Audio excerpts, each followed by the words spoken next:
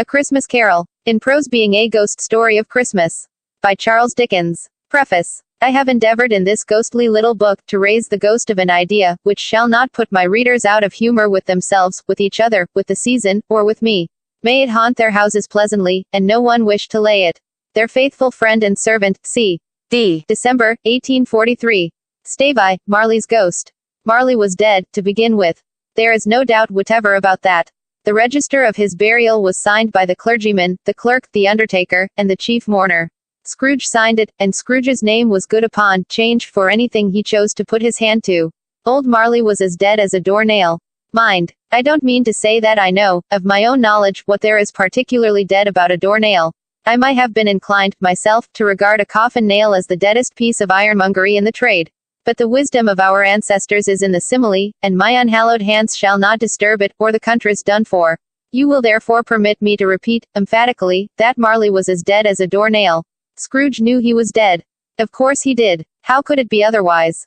Scrooge and he were partners for I don't know how many years. Scrooge was his sole executor, his sole administrator, his sole assign, his sole residuary legatee, his sole friend, and sole mourner. And even Scrooge was not so dreadfully cut up by the sad event, but that he was an excellent man of business on the very day of the funeral, and solemnized it with an undoubted bargain. The mention of Marley's funeral brings me back to the point I started from. There is no doubt that Marley was dead. This must be distinctly understood, or nothing wonderful can come of the story I am going to relate. If we were not perfectly convinced that Hamlet's father died before the play began, there would be nothing more remarkable in his taking a stroll at night, in an easterly wind, upon his own ramparts, than there would be in any other middle-aged gentleman rashly turning out after dark in a breezy spot, say St. Paul's churchyard for instance, literally to astonish his son's weak mind. Scrooge never painted out old Marley's name. There it stood, years afterwards, above the warehouse door, Scrooge and Marley. The firm was known as Scrooge and Marley. Sometimes people new to the business called Scrooge, and sometimes Marley, but he answered to both names. It was all the same to him. Oh, but he was a tight-fisted hand at the grindstone, Scrooge. A squeezing, wrenching, grasping, scraping, clutching, covetous, old sinner. Hard and sharp as flint, from which no steel had ever struck out, generous fire, secret, and self-contained, and solitary as an oyster. The cold within him froze his old features, nipped his pointed nose, shriveled his cheek, stiffened his gait, made his eyes red, his thin lips blue, and spoke out shrewdly in his grating voice. A frosty rime was on his head, and on his eyebrows, and his wiry chin. He carried his own low temperature always about with him, he iced his office in the dog days, and didn't thaw at 1 degree at Christmas. External heat and cold had little influence on Scrooge. No warmth could warm, no wintry weather chill him. No wind that blew was bitterer than he, no falling snow was more intent upon its purpose, no pelting rain less open to entreaty. Foul weather didn't know where to have him. The heaviest rain, and snow, and hail, and sleet could boast of the advantage over him in only one respect. They often came down handsomely, and Scrooge never did. Nobody ever stopped him in the street to say, with gladsome looks, "My dear Scrooge, how are you? When will you come to see me?" No beggars implored him to bestow a trifle, no children asked him what it was o'clock, no man or woman ever once in all his life inquired the way to such and such a place, of Scrooge. Even the blind men's dogs appeared to know him, and when they saw him coming on, would tug their owners into doorways and up courts, and then would wag their tails as though they said, "No eye at all is better than an evil eye, dark master." But what did Scrooge care? It was the very thing he liked. To edge his way along the crowded paths of life, warning all human sympathy to keep its distance, was what the knowing ones call nuts to Scrooge. Once upon a time, of all the good days in the year, on Christmas Eve, old Scrooge sat busy in his counting house. It was cold, bleak, biting weather, foggy withal, and he could hear the people in the court outside, go wheezing up and down, beating their hands upon their breasts, and stamping their feet upon the pavement stones to warm them. The city clocks had only just gone 3, but it was quite dark already, it had not been light all day, and candles were flaring in the windows of the neighboring offices, like ruddy smears upon the palpable brown air. The fog came pouring in at every chink and keyhole, and was so dense without that although the court was of the narrowest, the houses opposite were mere phantoms. To see the dingy cloud come drooping down, obscuring everything, one might have thought that nature lived hard by, and was brewing on a large scale. The door of Scrooge's counting house was open that he might keep his eye upon his clerk, who in a dismal little cell beyond, a sort of tank, was copying letters. Scrooge had a very small fire, but the clerk's fire was so very much smaller that it looked like one coal. But he couldn't replenish it, for Scrooge kept the coal box in his own room, and so surely as the clerk came in with the shovel, the master predicted that it would be necessary for them to part. Wherefore the clerk put on his white comforter, and tried to warm himself at the candle, in which effort, not being a man of a strong imagination, he failed. "A Merry Christmas, uncle." "God save you," cried a cheerful voice. It was the voice of Scrooge's nephew, who came upon him so quickly that this was the first intimation he had of his approach. "Bah!" said Scrooge, "humbug." He had so heated himself with rapid walking in the fog and frost, this nephew of Scrooge's, that he was all in a glow, his face was ruddy and handsome, his eyes sparkled, and his breath smoked again. "Christmas a humbug, uncle," said Scrooge's nephew. "You don't mean that, I am sure." "I do," said Scrooge. "Merry Christmas. What right have you to be merry? What reason have you to be merry? You're poor enough." "Come, then," returned the nephew gaily. "What right have you to be dismal? What reason have you to be morose? You're rich enough." Scrooge, having no better answer ready on the spur of the moment, said, "Bah!" again, and followed it up with humbug. "Don't be cross, uncle," said the nephew. "What else can I be," returned the uncle, "when I live in such a world of fools as this? Merry Christmas. Out upon Merry Christmas. What's Christmas time to you but a time for paying bills without money, a time for finding yourself a year older, but not an hour richer, a time for balancing your books and having every item in 'em through a round dozen of months presented dead against you? If I could work my will," said Scrooge indignantly, "every idiot who goes about with Merry Christmas on his lips, should be boiled with his own pudding, and buried with a stake of holly through his heart. He should." "Uncle," pleaded the nephew. "Nephew," returned the uncle sternly, "keep Christmas in your own way, and let me keep it in mine." "Keep it," repeated Scrooge's nephew. "But you don't keep it." "Let me leave it alone, then," said Scrooge. "Much good may it do you. Much good it has ever done you. There are many things from which I might have derived good, by which I have not profited, I dare say," returned the nephew. "Christmas among the rest. But I am sure I have always thought of Christmas time, when it has come round, apart from the veneration due to its sacred name and origin, if anything belonging to it can be apart from that, as a good time, a kind, forgiving, charitable, pleasant time, the only time I know of, in the long calendar of the year, when men and women seem by one consent to open their shut-up hearts freely, and to think of people below them as if they really were fellow passengers to the grave, and not another race of creatures bound on other journeys. And therefore, uncle, though it has never put a scrap of gold or silver in my pocket, I believe that it has done me good, and will do me good, and I say, God bless it." The clerk in the tank involuntarily applauded. Becoming immediately sensible of the impropriety, he poked the fire, and extinguished the last frail spark forever. "Let me hear another sound from you," said Scrooge, "and you'll keep your Christmas by losing your situation. You're quite a powerful speaker, sir," he added, turning to his nephew. "I wonder you don't go into Parliament. Don't be angry, uncle. Come, dine with us tomorrow." Scrooge said that he would see him. Yes, indeed he did. He went the whole length of the expression, and said that he would see him in that extremity first. "But why?" cried Scrooge's nephew. "Why? Why did you get married?" said Scrooge. "Because I fell in love." "Because you fell in love," growled Scrooge, as if that were the only one thing in the world more ridiculous than a Merry Christmas. "Good afternoon." "Nay, uncle, but you never came to see me before that happened. Why give it as a reason for not coming now?" "Good afternoon," said Scrooge. "I want nothing from you, I ask nothing of you, why cannot we be friends?" "Good afternoon," said Scrooge. "I am sorry, with all my heart, to find you so resolute. We have never had any quarrel, to which I have been a party. But I have made the trial in homage to Christmas, and I'll keep my Christmas humor to the last. So a Merry Christmas, uncle." "Good afternoon," said Scrooge. "And a Happy New Year." "Good afternoon," said Scrooge. His nephew left the room without an angry word, notwithstanding. He stopped at the outer door to bestow the greetings of the season on the clerk, who, cold as he was warmer than Scrooge, for he returned them cordially. "There's another fellow," muttered Scrooge, who overheard him, "my clerk, with 15 shillings a week, and a wife and family, talking about a Merry Christmas. I'll retire to Bedlam." This lunatic, in letting Scrooge's nephew out, had let 2 other people in. They were portly gentlemen, pleasant to behold, and now stood, with their hats off, in Scrooge's office. They had books and papers in their hands, and bowed to him. "Scrooge and Marley's, I believe," said one of the gentlemen, referring to his list. "Have I the pleasure of addressing Mr. Scrooge, or Mr. Marley?" "Mr. Marley has been dead these 7 years," Scrooge replied. "He died 7 years ago, this very night. We have no doubt his liberality is well represented by his surviving partner," said the gentleman, presenting his credentials. It certainly was, for they had been 2 kindred spirits. At the ominous word liberality, Scrooge frowned, and shook his head, and handed the credentials back. "At this festive season of the year, Mr. Scrooge," said the gentleman, taking up a pen, "it is more than usually desirable that we should make some slight provision for the poor and destitute, who suffer greatly at the present time. Many thousands are in want of common necessaries, hundreds of thousands are in want of common comforts, sir.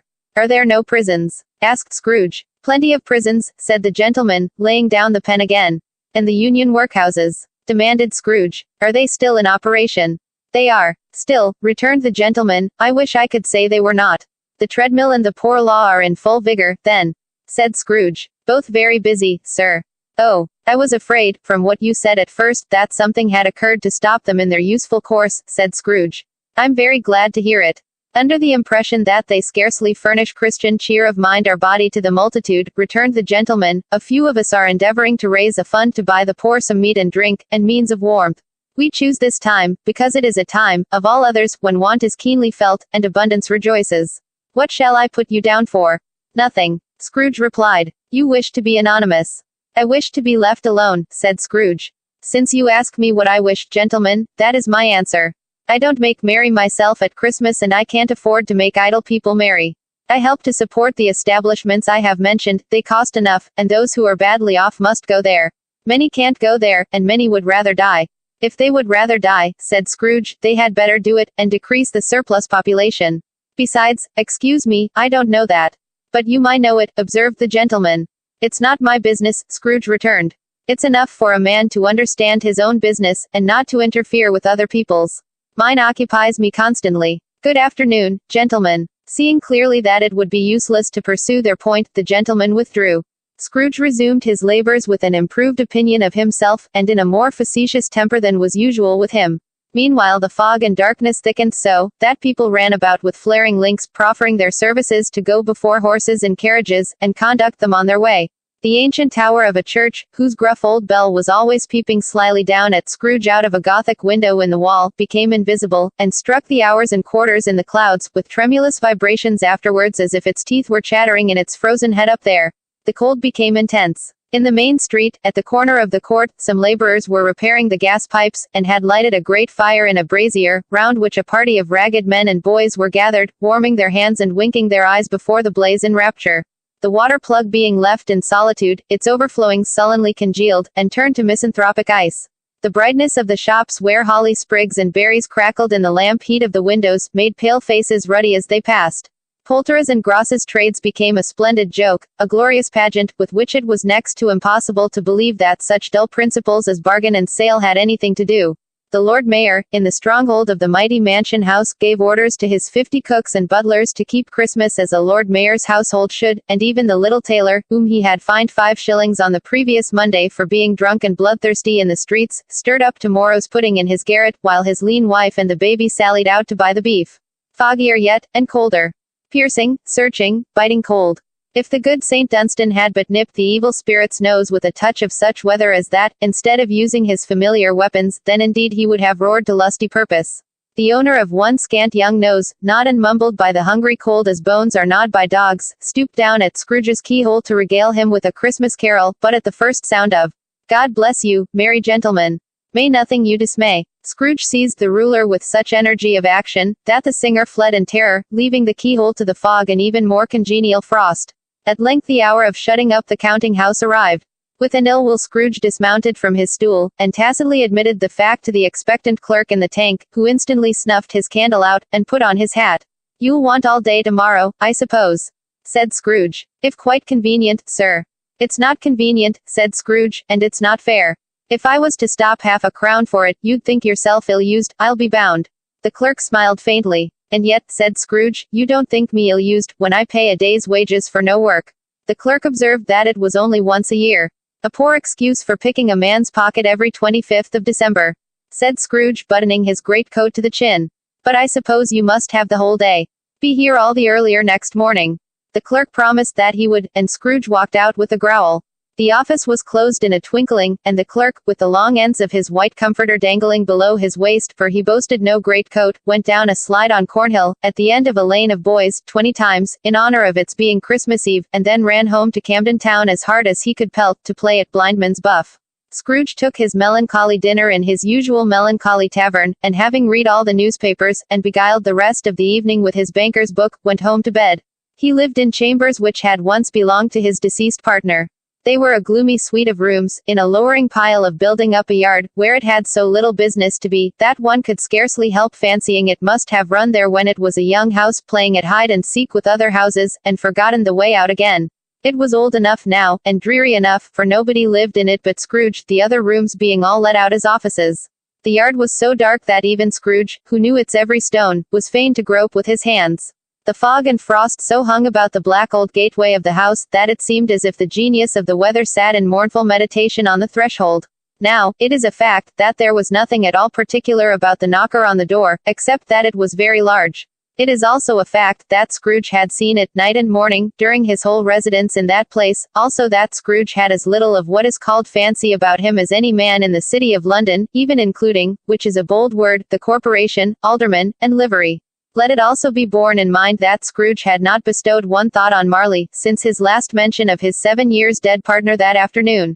And then let any man explain to me, if he can, how it happened that Scrooge, having his key in the lock of the door, saw in the knocker, without its undergoing any intermediate process of change, not a knocker, but Marley's face. Marley's face. It was not an impenetrable shadow as the other objects in the yard were, but had a dismal light about it, like a bad lobster in a dark cellar. It was not angry or ferocious, but looked at Scrooge as Marley used to look, with ghostly spectacles turned up on its ghostly forehead. The hair was curiously stirred, as if by breath or hot air, and, though the eyes were wide open, they were perfectly motionless. That, and its livid color, made it horrible, but its horror seemed to be in spite of the face and beyond its control, rather than a part of its own expression. As Scrooge looked fixedly at this phenomenon, it was a knocker again. To say that he was not startled, or that his blood was not conscious of a terrible sensation to which it had been a stranger from infancy, would be untrue. But he put his hand upon the key he had relinquished, turned it sturdily, walked in, and lighted his candle. He did pause, with a moment's irresolution, before he shut the door, and he did look cautiously behind it first, as if he half expected to be terrified with the sight of Marley's pigtail sticking out into the hall. But there was nothing on the back of the door, except the screws and nuts that held the knocker on, so he said "Pooh, pooh," and closed it with a bang. The sound resounded through the house like thunder. Every room above, and every cask in the wine merchant's cellars below, appeared to have a separate peal of echoes of its own. Scrooge was not a man to be frightened by echoes. He fastened the door, and walked across the hall, and up the stairs, slowly too, trimming his candle as he went. You may talk vaguely about driving a coach and six up a good old flight of stairs, or through a bad young Act of Parliament, but I mean to say you might have got a hearse up that staircase, and taken it broadwise, with the splinter bar towards the wall and the door towards the balustrades, and done it easy. There was plenty of width for that, and room to spare, which is perhaps the reason why Scrooge thought he saw a locomotive hearse going on before him in the gloom. Half a dozen gas lamps out of the street wouldn't have lighted the entry too well, so you may suppose that it was pretty dark with Scrooge's dip. Up Scrooge went, not caring a button for that. Darkness is cheap, and Scrooge liked it. But before he shut his heavy door, he walked through his rooms to see that all was right. He had just enough recollection of the face to desire to do that. Sitting room, bedroom, lumber room. All as they should be. Nobody under the table, nobody under the sofa, a small fire in the grate, spoon and basin ready, and the little saucepan of gruel, Scrooge had a cold in his head, upon the hob. Nobody under the bed, nobody in the closet, nobody in his dressing gown, which was hanging up in a suspicious attitude against the wall. Lumber room as usual. Old fire guard, old shoes, 2 fish baskets, washing stand on 3 legs, and a poker. Quite satisfied, he closed his door, and locked himself in, double-locked himself in, which was not his custom. Thus secured against surprise, he took off his cravat, put on his dressing gown and slippers, and his nightcap, and sat down before the fire to take his gruel. It was a very low fire indeed, nothing on such a bitter night. He was obliged to sit close to it, and brood over it before he could extract the least sensation of warmth from such a handful of fuel. The fireplace was an old one, built by some Dutch merchant long ago, and paved all round with quaint Dutch tiles, designed to illustrate the scriptures. There were Cain's and Abel's, Pharaoh's daughters, queens of Sheba, angelic messengers descending through the air on clouds like feather beds, Abraham's, Belshazzar's, apostles putting off to sea in butter boats, hundreds of figures to attract his thoughts, and yet that face of Marley, 7 years dead, came like the ancient prophet's rod, and swallowed up the whole. If each smooth tile had been a blank at first, with power to shape some picture on its surface from the disjointed fragments of his thoughts, there would have been a copy of old Marley's head on every one. Humbug, said Scrooge, and walked across the room. After several turns, he sat down again. As he threw his head back in the chair, his glance happened to rest upon a bell, a disused bell, that hung in the room, and communicated for some purpose now forgotten with a chamber in the highest story of the building. It was with great astonishment, and with a strange, inexplicable dread, that as he looked, he saw this bell begin to swing. It swung so softly in the outset that it scarcely made a sound, but soon it rang out loudly, and so did every bell in the house. This might have lasted half a minute, or a minute, but it seemed an hour. The bells ceased as they had begun, together. They were succeeded by a clanking noise, deep down below, as if some person were dragging a heavy chain over the casks in the wine merchant's cellar. Scrooge then remembered to have heard that ghosts in haunted houses were described as dragging chains. The cellar door flew open with a booming sound, and then he heard the noise much louder, on the floors below, then coming up the stairs, then coming straight towards his door. "It's humbug still," said Scrooge. "I won't believe it." His color changed though, when, without a pause, it came on through the heavy door, and passed into the room before his eyes. Upon its coming in, the dying flame leapt up, as though it cried, "I know him, Marley's ghost," and fell again. The same face, the very same. Marley in his pigtail, usual waistcoat, tights and boots, the tassels on the latter bristling, like his pigtail, and his coat skirts, and the hair upon his head. The chain he drew was clasped about his middle. It was long, and wound about him like a tail, and it was made, for Scrooge observed it closely, of cash boxes, keys, padlocks, ledgers, deeds, and heavy purses wrought in steel. His body was transparent, so that Scrooge, observing him, and looking through his waistcoat, could see the 2 buttons on his coat behind. Scrooge had often heard it said that Marley had no bowels, but he had never believed it until now. No, nor did he believe it even now. Though he looked the phantom through and through, and saw it standing before him, though he felt the chilling influence of its death-cold eyes, and marked the very texture of the folded kerchief bound about its head and chin, which wrapper he had not observed before, he was still incredulous, and fought against his senses. "How now?" said Scrooge, caustic and cold as ever. "What do you want with me?" Much, Marley's voice, no doubt about it. "Who are you? Ask me who I was." "Who are you then?" said Scrooge, raising his voice. "You're particular, for a shade." He was going to say to a shade, but substituted this, as more appropriate. "In life I was your partner, Jacob Marley." Can you sit down?" asked Scrooge, looking doubtfully at him. "I can." "Do it then." Scrooge asked the question, because he didn't know whether a ghost so transparent might find himself in a condition to take a chair, and felt that in the event of its being impossible, it might involve the necessity of an embarrassing explanation. But the ghost sat down on the opposite side of the fireplace, as if he were quite used to it. "You don't believe in me," observed the ghost. "I don't," said Scrooge. "What evidence would you have of my reality beyond that of your senses?" "I don't know," said Scrooge. "Why do you doubt your senses?" "Because," said Scrooge, "a little thing affects them. A slight disorder of the stomach makes them cheats. You may be an undigested bit of beef, a blot of mustard, a crumb of cheese, a fragment of an underdone potato. There's more of gravy than of grave about you, whatever you are." Scrooge was not much in the habit of cracking jokes, nor did he feel, in his heart, by any means waggish then. The truth is that he tried to be smart, as a means of distracting his own attention, and keeping down his terror, for the spectre's voice disturbed the very marrow in his bones. To sit staring at those fixed glazed eyes, in silence for a moment, would play, Scrooge felt, the very deuce with him. There was something very awful, too, in the spectre's being provided with an infernal atmosphere of its own. Scrooge could not feel it himself, but this was clearly the case, for though the ghost sat perfectly motionless, its hair, and skirts, and tassels, were still agitated as by the hot vapor from an oven. "You see this toothpick?" said Scrooge, returning quickly to the charge, for the reason just assigned, and wishing, though it were only for a second, to divert the vision's stony gaze from himself. "I do," replied the ghost. "You are not looking at it," said Scrooge. "But I see it," said the ghost, notwithstanding. "Well," returned Scrooge, "I have but to swallow this, and be for the rest of my days persecuted by a legion of goblins, all of my own creation. Humbug, I tell you. Humbug." At this the spirit raised a frightful cry, and shook its chain with such a dismal and appalling noise, that Scrooge held on tight to his chair, to save himself from falling in a swoon. But how much greater was his horror, when the phantom, taking off the bandage round its head, as if it were too warm to wear indoors, its lower jaw dropped down upon its breast. Scrooge fell upon his knees, and clasped his hands before his face. "Mercy," he said. "Dreadful apparition, why do you trouble me? Man of the worldly mind," replied the ghost, "do you believe in me or not?" "I do," said Scrooge. "I must. But why do spirits walk the earth, and why do they come to me?" "It is required of every man," the ghost returned, "that the spirit within him should walk abroad among his fellowmen, and travel far and wide, and if that spirit goes not forth in life, it is condemned to do so after death. It is doomed to wander through the world, oh, woe is me, and witness what it cannot share, but might have shared on earth, and turn to happiness. Again the spectre raised a cry, and shook its chain and wrung its shadowy hands. You are fettered, said Scrooge, trembling. Tell me why. I wear the chain I forged in life, replied the ghost. I made it link by link, and yard by yard, I girded it on of my own free will, and of my own free will I wore it. Is its pattern strange to you? Scrooge trembled more and more. Or would you know, pursued the ghost, the weight and length of the strong coil you bear yourself? It was full as heavy and as long as this, 7 Christmas Eves ago. You have labored on it since. It is a ponderous chain. Scrooge glanced about him on the floor, in the expectation of finding himself surrounded by some 50 or 60 fathoms of iron cable, but he could see nothing. Jacob, he said, imploringly. Old Jacob Marley, tell me more. Speak comfort to me, Jacob. I have none to give, the ghost replied. It comes from other regions, Ebenezer Scrooge, and is conveyed by other ministers, to other kinds of men.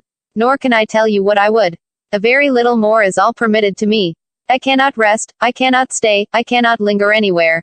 My spirit never walked beyond our counting house, mark me, in life my spirit never roved beyond the narrow limits of our money-changing hole, and weary journeys lie before me. It was a habit with Scrooge, whenever he became thoughtful, to put his hands in his breeches pockets. Pondering on what the ghost had said, he did so now, but without lifting up his eyes, or getting off his knees. You must have been very slow about it, Jacob, Scrooge observed, in a business-like manner, though with humility and deference. Slow, the ghost repeated. 7 years dead, mused Scrooge. And traveling all the time. The whole time, said the ghost. No rest, no peace. Incessant torture of remorse. You travel fast, said Scrooge. On the wings of the wind, replied the ghost. You might have got over a great quantity of ground in 7 years, said Scrooge. The ghost, on hearing this, set up another cry, and clanked its chain so hideously in the dead silence of the night, that the ward would have been justified in indicting it for a nuisance. Oh, captive, bound, and double-ironed, cried the phantom, not to know, that ages of incessant labor by immortal creatures, for this earth must pass into eternity before the good of which it is susceptible is all developed. Not to know that any Christian spirit working kindly in its little sphere, whatever it may be, will find its mortal life too short for its vast means of usefulness. Not to know that no space of regret can make amends for one life's opportunity misused. Yet such was I. Oh, such was I. But you were always a good man of business, Jacob, faltered Scrooge, who now began to apply this to himself. Business, cried the ghost, wringing its hands again. Mankind was my business. The common welfare was my business, charity, mercy, forbearance, and benevolence, were, all, my business. The dealings of my trade were but a drop of water in the comprehensive ocean of my business. It held up its chain at arm's length, as if that were the cause of all its unavailing grief, and flung it heavily upon the ground again. At this time of the rolling year, the spectre said, I suffer most. Why did I walk through crowds of fellow beings with my eyes turned down, and never raise them to that blessed star which led the wise men to a poor abode? Were there no poor homes to which its light would have conducted me? Scrooge was very much dismayed to hear the spectre going on at this rate, and began to quake exceedingly. Hear me, cried the ghost. My time is nearly gone. I will, said Scrooge. But don't be hard upon me. Don't be flowery, Jacob. Pray, how it is that I appear before you in a shape that you can see, I may not tell. I have sat invisible beside you many and many a day. It was not an agreeable idea. Scrooge shivered, and wiped the perspiration from his brow. That is no light part of my penance, pursued the ghost. I am here tonight to warn you, that you have yet a chance and hope of escaping my fate. A chance and hope of my procuring, Ebenezer. You were always a good friend to me, said Scrooge. Thank ye. You will be haunted, resumed the ghost, by 3 spirits. Scrooge's countenance fell almost as low as the ghost's had done. Is that the chance and hope you mentioned, Jacob? He demanded, in a faltering voice. It is. I think I'd rather not, said Scrooge. Without their visits, said the ghost, you cannot hope to shun the path I tread. Expect the first tomorrow, when the bell tolls 1. Couldn't I take 'em all at once, and have it over, Jacob? Hinted Scrooge. Expect the second on the next night at the same hour. The third upon the next night when the last stroke of 12 has ceased to vibrate. Look to see me no more, and look that, for your own sake, you remember what has passed between us. When it had said these words, the spectre took its wrapper from the table, and bound it round its head, as before. Scrooge knew this, by the smart sound its teeth made, when the jaws were brought together by the bandage. He ventured to raise his eyes again, and found his supernatural visitor confronting him in an erect attitude, with its chain wound over and about its arm. The apparition walked backward from him, and at every step it took, the window raised itself a little, so that when the spectre reached it, it was wide open. It beckoned Scrooge to approach, which he did. When they were within 2 paces of each other, Marley's ghost held up its hand, warning him to come no nearer. Scrooge stopped. Not so much in obedience, as in surprise and fear, for on the raising of the hand, he became sensible of confused noises in the air, incoherent sounds of lamentation and regret, wailings inexpressibly sorrowful and self-accusatory. The spectre, after listening for a moment, joined in the mournful dirge, and floated out upon the bleak, dark night. Scrooge followed to the window, desperate in his curiosity. He looked out. The air was filled with phantoms, wandering hither and thither in restless haste, and moaning as they went. Every one of them wore chains like Marley's ghost. Some few, they might be guilty governments, were linked together, none were free. Many had been personally known to Scrooge in their lives. He had been quite familiar with one old ghost, in a white waistcoat, with a monstrous iron safe attached to its ankle, who cried piteously at being unable to assist a wretched woman with an infant, whom it saw below, upon a doorstep. The misery with them all was, clearly, that they sought to interfere, for good, in human matters, and had lost the power forever. Whether these creatures faded into mist, or mist enshrouded them, he could not tell. But they and their spirit voices faded together, and the night became as it had been when he walked home. Scrooge closed the window, and examined the door by which the ghost had entered. It was double-locked, as he had locked it with his own hands, and the bolts were undisturbed. He tried to say humbug, but stopped at the first syllable. And being, from the emotion he had undergone, or the fatigues of the day, or his glimpse of the invisible world, or the dull conversation of the ghost, or the lateness of the hour, much in need of repose, went straight to bed, without undressing, and fell asleep upon the instant. Stave 2, the first of the 3 spirits. When Scrooge awoke, it was so dark that, looking out of bed, he could scarcely distinguish the transparent window from the opaque walls of his chamber. He was endeavoring to pierce the darkness with his ferret eyes, when the chimes of a neighboring church struck the 4 quarters. So he listened for the hour. To his great astonishment, the heavy bell went on from 6 to 7, and from 7 to 8, and regularly up to 12, then stopped. 12. It was past 2 when he went to bed. The clock was wrong. An icicle must have got into the works. 12. He touched the spring of his repeater, to correct this most preposterous clock. Its rapid little pulse beat 12, and stopped. Why, it isn't possible, said Scrooge, that I can have slept through a whole day and far into another night. It isn't possible that anything has happened to the sun, and this is 12 at noon.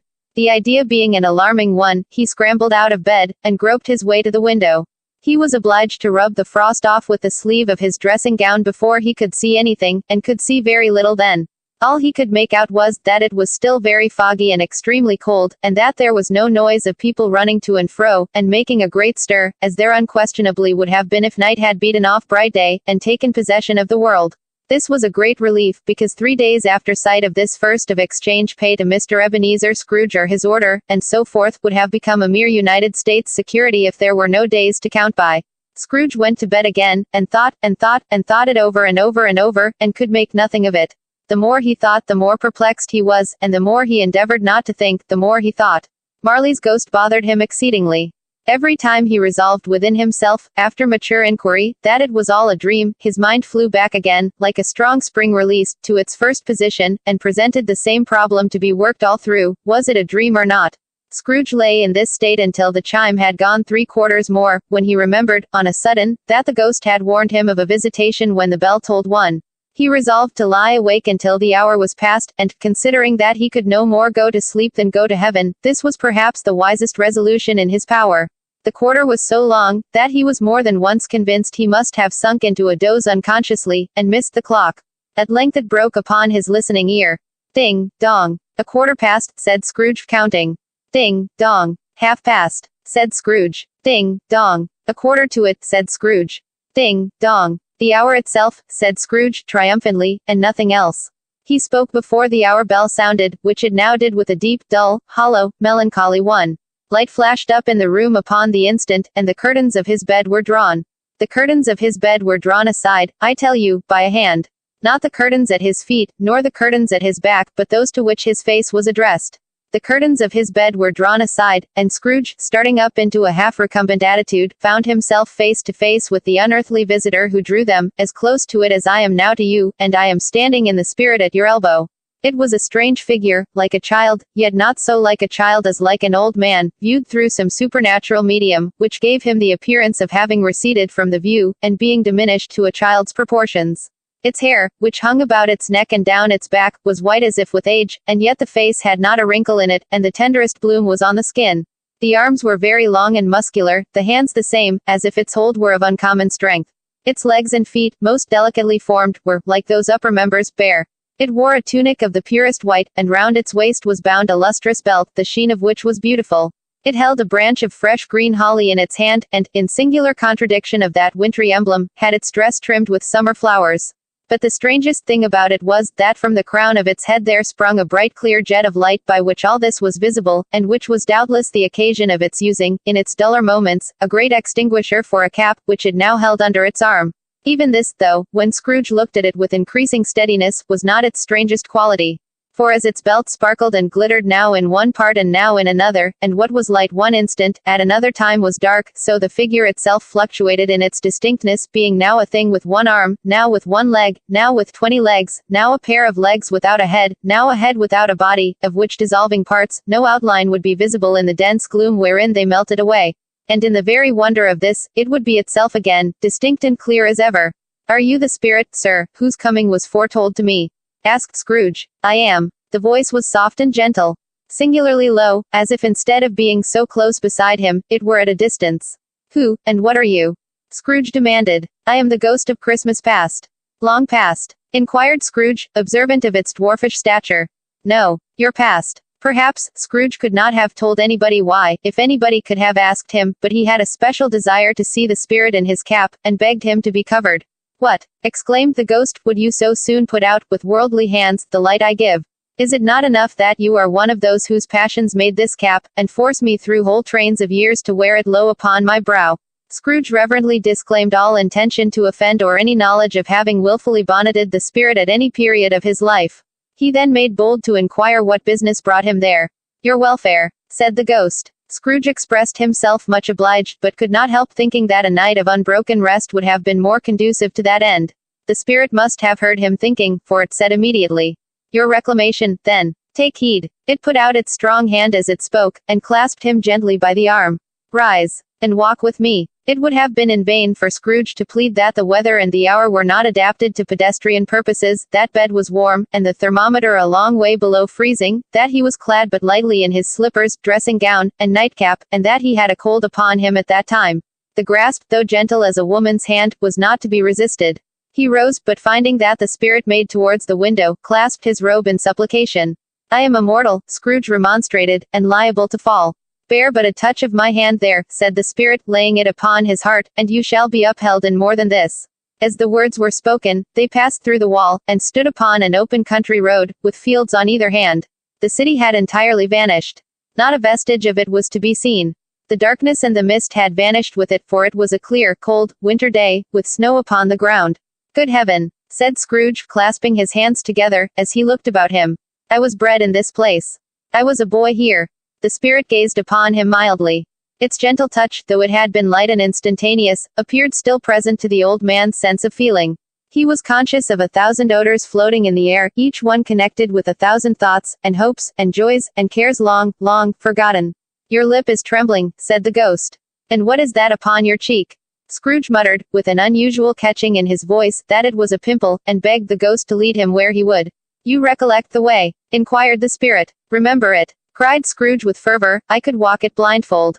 Strange to have forgotten it for so many years," observed the ghost. "Let us go on." They walked along the road, Scrooge recognizing every gate, and post, and tree, until a little market town appeared in the distance, with its bridge, its church, and winding river.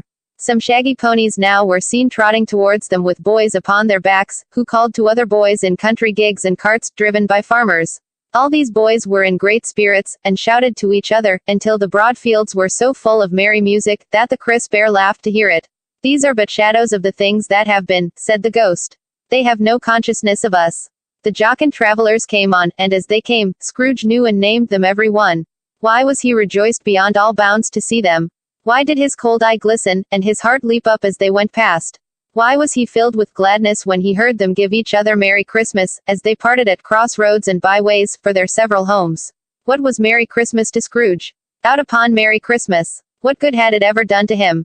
"The school is not quite deserted," said the ghost. "A solitary child, neglected by his friends, is left there still." Scrooge said he knew it. And he sobbed. They left the high road, by a well-remembered lane, and soon approached a mansion of dull red brick, with a little weathercock-surmounted cupola on the roof, and a bell hanging in it. It was a large house, but one of broken fortunes, for the spacious offices were little used, their walls were damp and mossy, their windows broken, and their gates decayed. Fowls clucked and strutted in the stables, and the coach houses and sheds were overrun with grass. Nor was it more retentive of its ancient state, within, for entering the dreary hall, and glancing through the open doors of many rooms, they found them poorly furnished, cold, and vast. There was an earthy savor in the air, a chilly bareness in the place, which associated itself somehow with too much getting up by candlelight, and not too much to eat. They went, the ghost and Scrooge, across the hall, to a door at the back of the house. It opened before them, and disclosed a long, bare, melancholy room, made barer still by lines of plain deal forms and desks. At one of these a lonely boy was reading near a feeble fire, and Scrooge sat down upon a form, and wept to see his poor forgotten self as he used to be. Not a latent echo in the house, not a squeak and scuffle from the mice behind the paneling, not a drip from the half-thawed water spout in the dull yard behind, not a sigh among the leafless boughs of one despondent poplar, not the idle swinging of an empty storehouse door, no, not a clicking in the fire, but fell upon the heart of Scrooge with a softening influence, and gave a freer passage to his tears. The spirit touched him on the arm, and pointed to his younger self, intent upon his reading. Suddenly a man, in foreign garments, wonderfully real and distinct to look at, stood outside the window, with an axe stuck in his belt, and leading by the bridle an ass laden with wood. "Why, it's Ali Baba!" Scrooge exclaimed in ecstasy. "It's dear old honest Ali Baba. Yes, yes, I know. One Christmas time, when yonder solitary child was left here all alone, he did come, for the first time, just like that. Poor boy. And Valentine," said Scrooge, "and his wild brother, Orson, there they go. And what's his name, who was put down in his drawers, asleep, at the gate of Damascus, don't you see him? And the Sultan's groom turned upside down by the genii, there he is upon his head. Serve him right. I'm glad of it. What business had he to be married to the princess?" To hear Scrooge expending all the earnestness of his nature on such subjects, in a most extraordinary voice between laughing and crying, and to see his heightened and excited face, would have been a surprise to his business friends in the city, indeed. "There's the parrot!" cried Scrooge. "Green body and yellow tail, with a thing like a lettuce growing out of the top of his head, there he is. Poor Robin Crusoe, he called him, when he came home again after sailing round the island. Poor Robin Crusoe, where have you been, Robin Crusoe?" The man thought he was dreaming, but he wasn't. It was the parrot, you know. There goes Friday, running for his life to the little creek. Halloa! Hoop! Halloo! Then, with a rapidity of transition very foreign to his usual character, he said, in pity for his former self, "Poor boy," and cried again. "I wish," Scrooge muttered, putting his hand in his pocket, and looking about him, after drying his eyes with his cuff, "but it's too late now." "What is the matter?" asked the spirit. "Nothing," said Scrooge. "Nothing. There was a boy singing a Christmas carol at my door last night. I should like to have given him something, that's all." The ghost smiled thoughtfully, and waved its hand, saying as it did so, "Let us see another Christmas." Scrooge's former self grew larger at the words, and the room became a little darker and more dirty. The panels shrunk, the windows cracked, fragments of plaster fell out of the ceiling, and the naked laths were shown instead, but how all this was brought about Scrooge knew no more than you do. He only knew that it was quite correct, that everything had happened so, that there he was, alone again, when all the other boys had gone home for the jolly holidays. He was not reading now, but walking up and down despairingly. Scrooge looked at the ghost, and with a mournful shaking of his head, glanced anxiously towards the door. It opened, and a little girl, much younger than the boy, came darting in, and putting her arms about his neck, and often kissing him, addressed him as her dear, dear brother. "I have come to bring you home, dear brother," said the child, clapping her tiny hands, and bending down to laugh. "To bring you home, home, home. Home, little fan," returned the boy. "Yes," said the child, brimful of glee. "Home, for good and all. Home, forever and ever. Father is so much kinder than he used to be, that home's like heaven. He spoke so gently to me one dear night when I was going to bed, that I was not afraid to ask him once more if you might come home, and he said yes, you should, and sent me in a coach to bring you.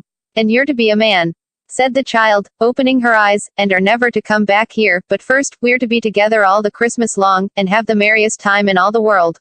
You are quite a woman, little fan," exclaimed the boy. She clapped her hands and laughed, and tried to touch his head, but being too little, laughed again, and stood on tiptoe to embrace him. Then she began to drag him, in her childish eagerness, towards the door, and he, nothing loath to go, accompanied her. A terrible voice in the hall cried, "Bring down Master Scrooge's box, there."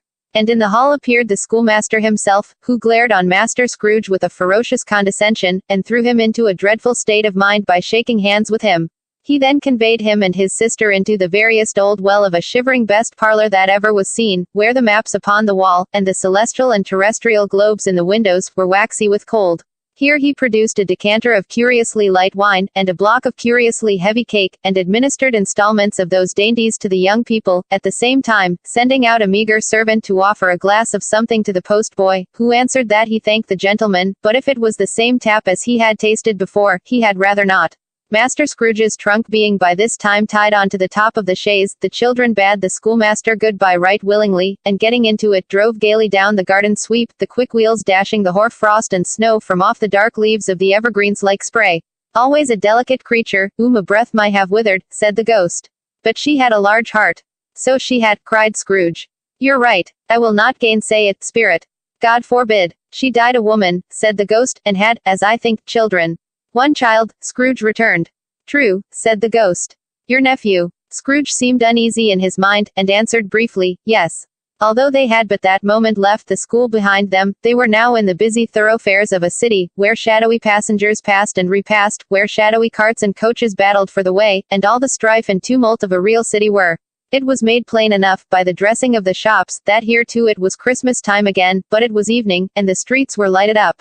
The ghost stopped at a certain warehouse door, and asked Scrooge if he knew it. Know it, said Scrooge. Was I apprenticed here? They went in. At sight of an old gentleman in a Welsh wig, sitting behind such a high desk, that if he had been 2 inches taller he must have knocked his head against the ceiling, Scrooge cried in great excitement. Why, it's old Fezziwig. Bless his heart, it's Fezziwig alive again. Old Fezziwig laid down his pen, and looked up at the clock, which pointed to the hour of 7. He rubbed his hands, adjusted his capacious waistcoat, laughed all over himself, from his shoes to his organ of benevolence, and called out in a comfortable, oily, rich, fat, jovial voice.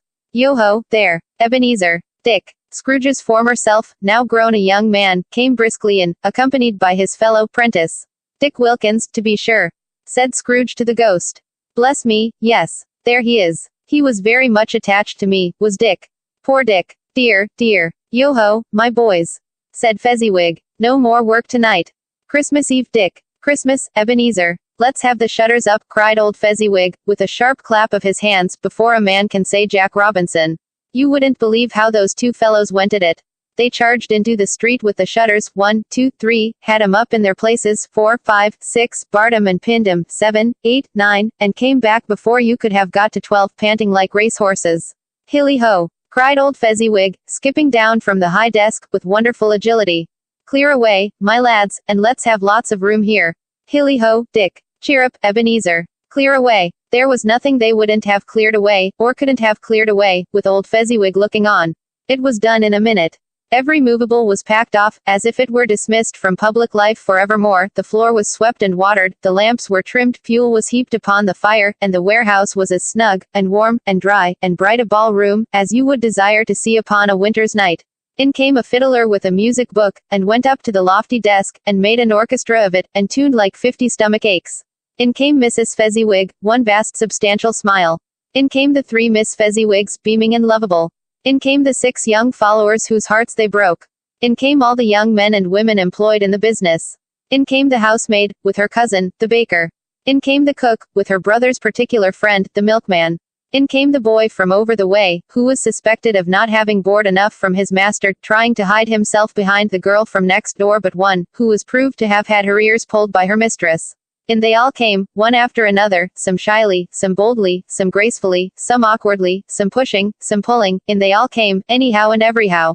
Away they all went, 20 couple at once, hands half round and back again the other way, down the middle and up again, round and round in various stages of affectionate grouping, old top couple always turning up in the wrong place, new top couple starting off again, as soon as they got there, all top couples at last, and not a bottom one to help them. When this result was brought about, old Fezziwig, clapping his hands to stop the dance, cried out, well done. And the fiddler plunged his hot face into a pot of porter, especially provided for that purpose. But scorning rest, upon his reappearance, he instantly began again, though there were no dancers yet, as if the other fiddler had been carried home, exhausted, on a shutter, and he were a brand new man resolved to beat him out of sight, or perish. There were more dances, and there were forfeits, and more dances, and there was cake, and there was negus, and there was a great piece of cold roast, and there was a great piece of cold boiled, and there were mince pies, and plenty of beer. But the great effect of the evening came after the roast and boiled, when the fiddler, an artful dog, mind, the sort of man who knew his business better than you or I could have told it him, struck up Sir Roger de Coverley. Then old Fezziwig stood out to dance with Mrs. Fezziwig. Top couple, too, with a good stiff piece of work cut out for them, 3 or 4 and 20 pair of partners, people who were not to be trifled with, people who would dance, and had no notion of walking. But if they had been twice as many, 4 times, old Fezziwig would have been a match for them, and so would Mrs. Fezziwig. As to her, she was worthy to be his partner in every sense of the term. If that's not high praise, tell me higher, and I'll use it. A positive light appeared to issue from Fezziwig's calves. They shone in every part of the dance like moons.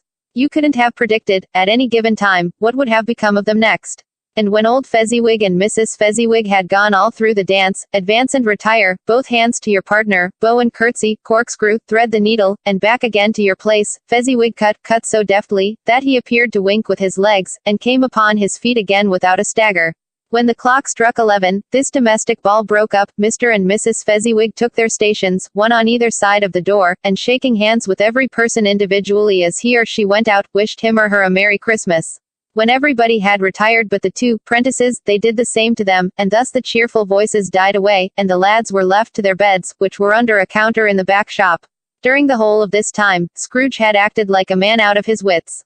His heart and soul were in the scene, and with his former self. He corroborated everything, remembered everything, enjoyed everything, and underwent the strangest agitation. It was not until now, when the bright faces of his former self and Dick were turned from them, that he remembered the ghost, and became conscious that it was looking full upon him, while the light upon its head burnt very clear. A small matter, said the ghost, to make these silly folks so full of gratitude.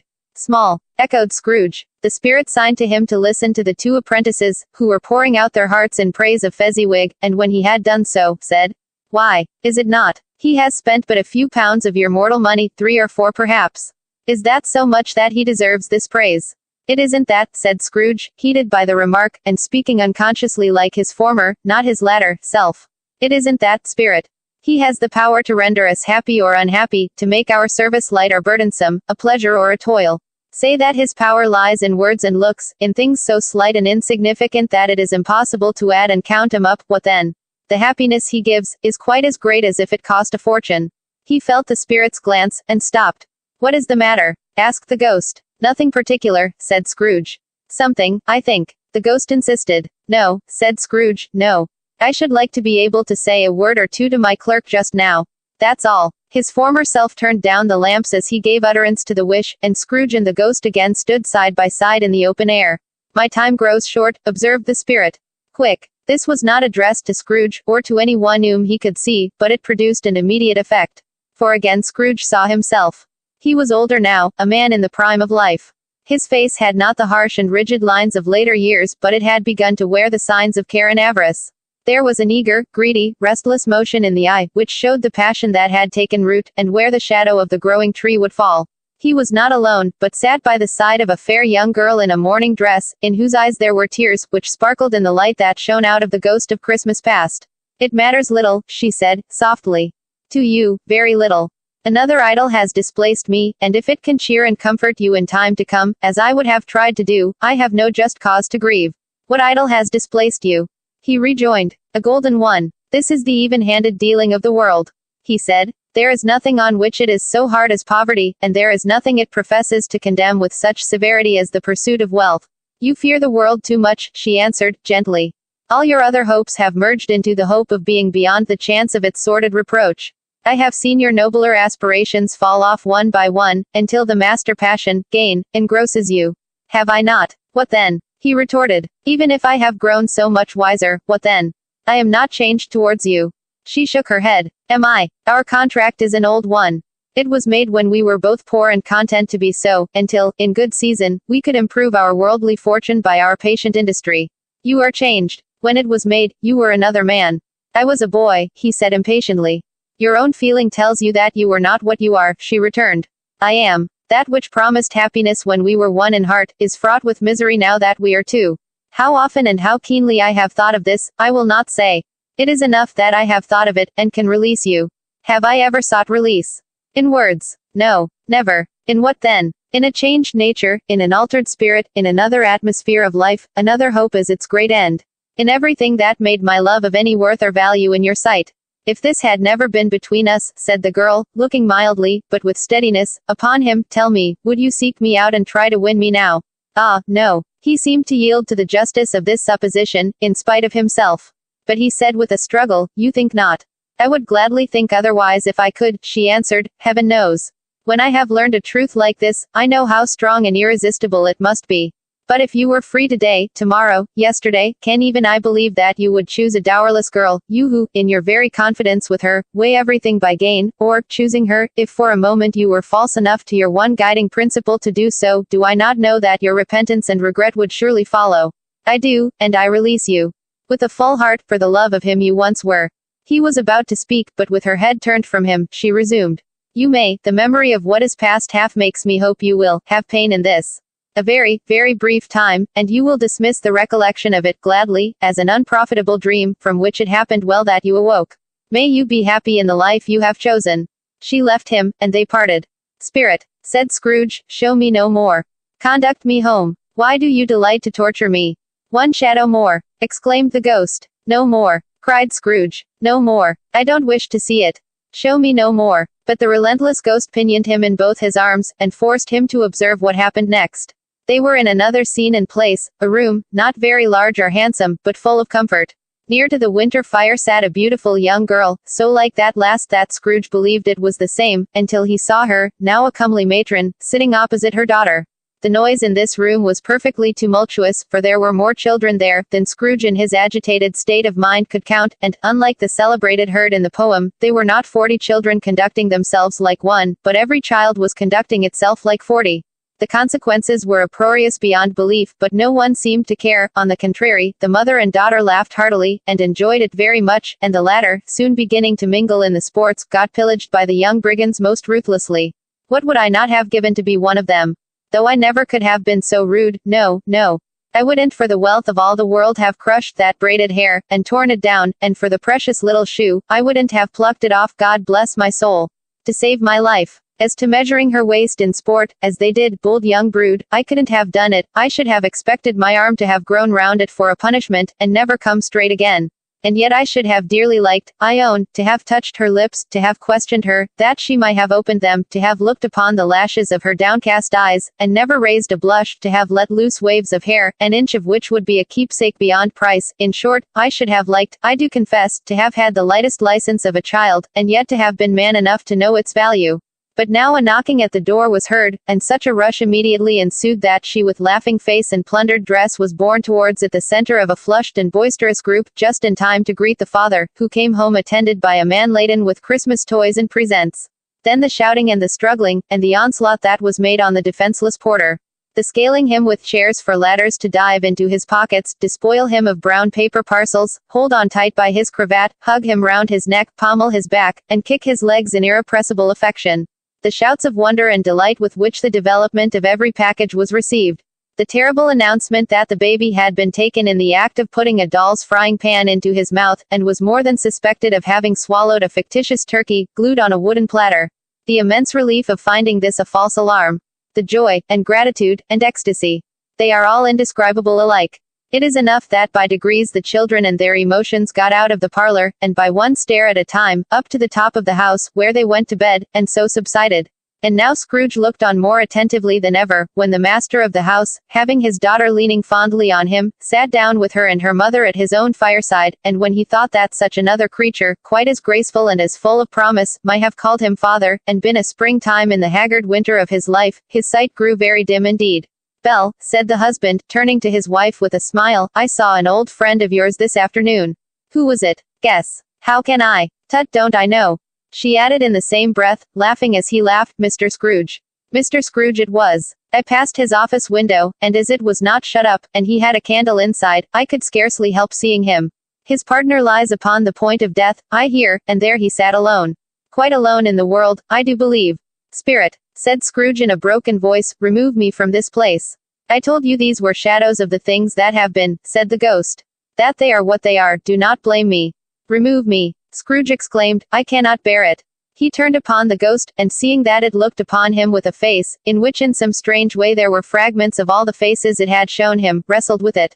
Leave me. Take me back. Haunt me no longer. In the struggle, if that can be called a struggle in which the ghost with no visible resistance on its own part was undisturbed by any effort of its adversary, Scrooge observed that its light was burning high and bright, and dimly connecting that with its influence over him, he seized the extinguisher cap, and by a sudden action pressed it down upon its head.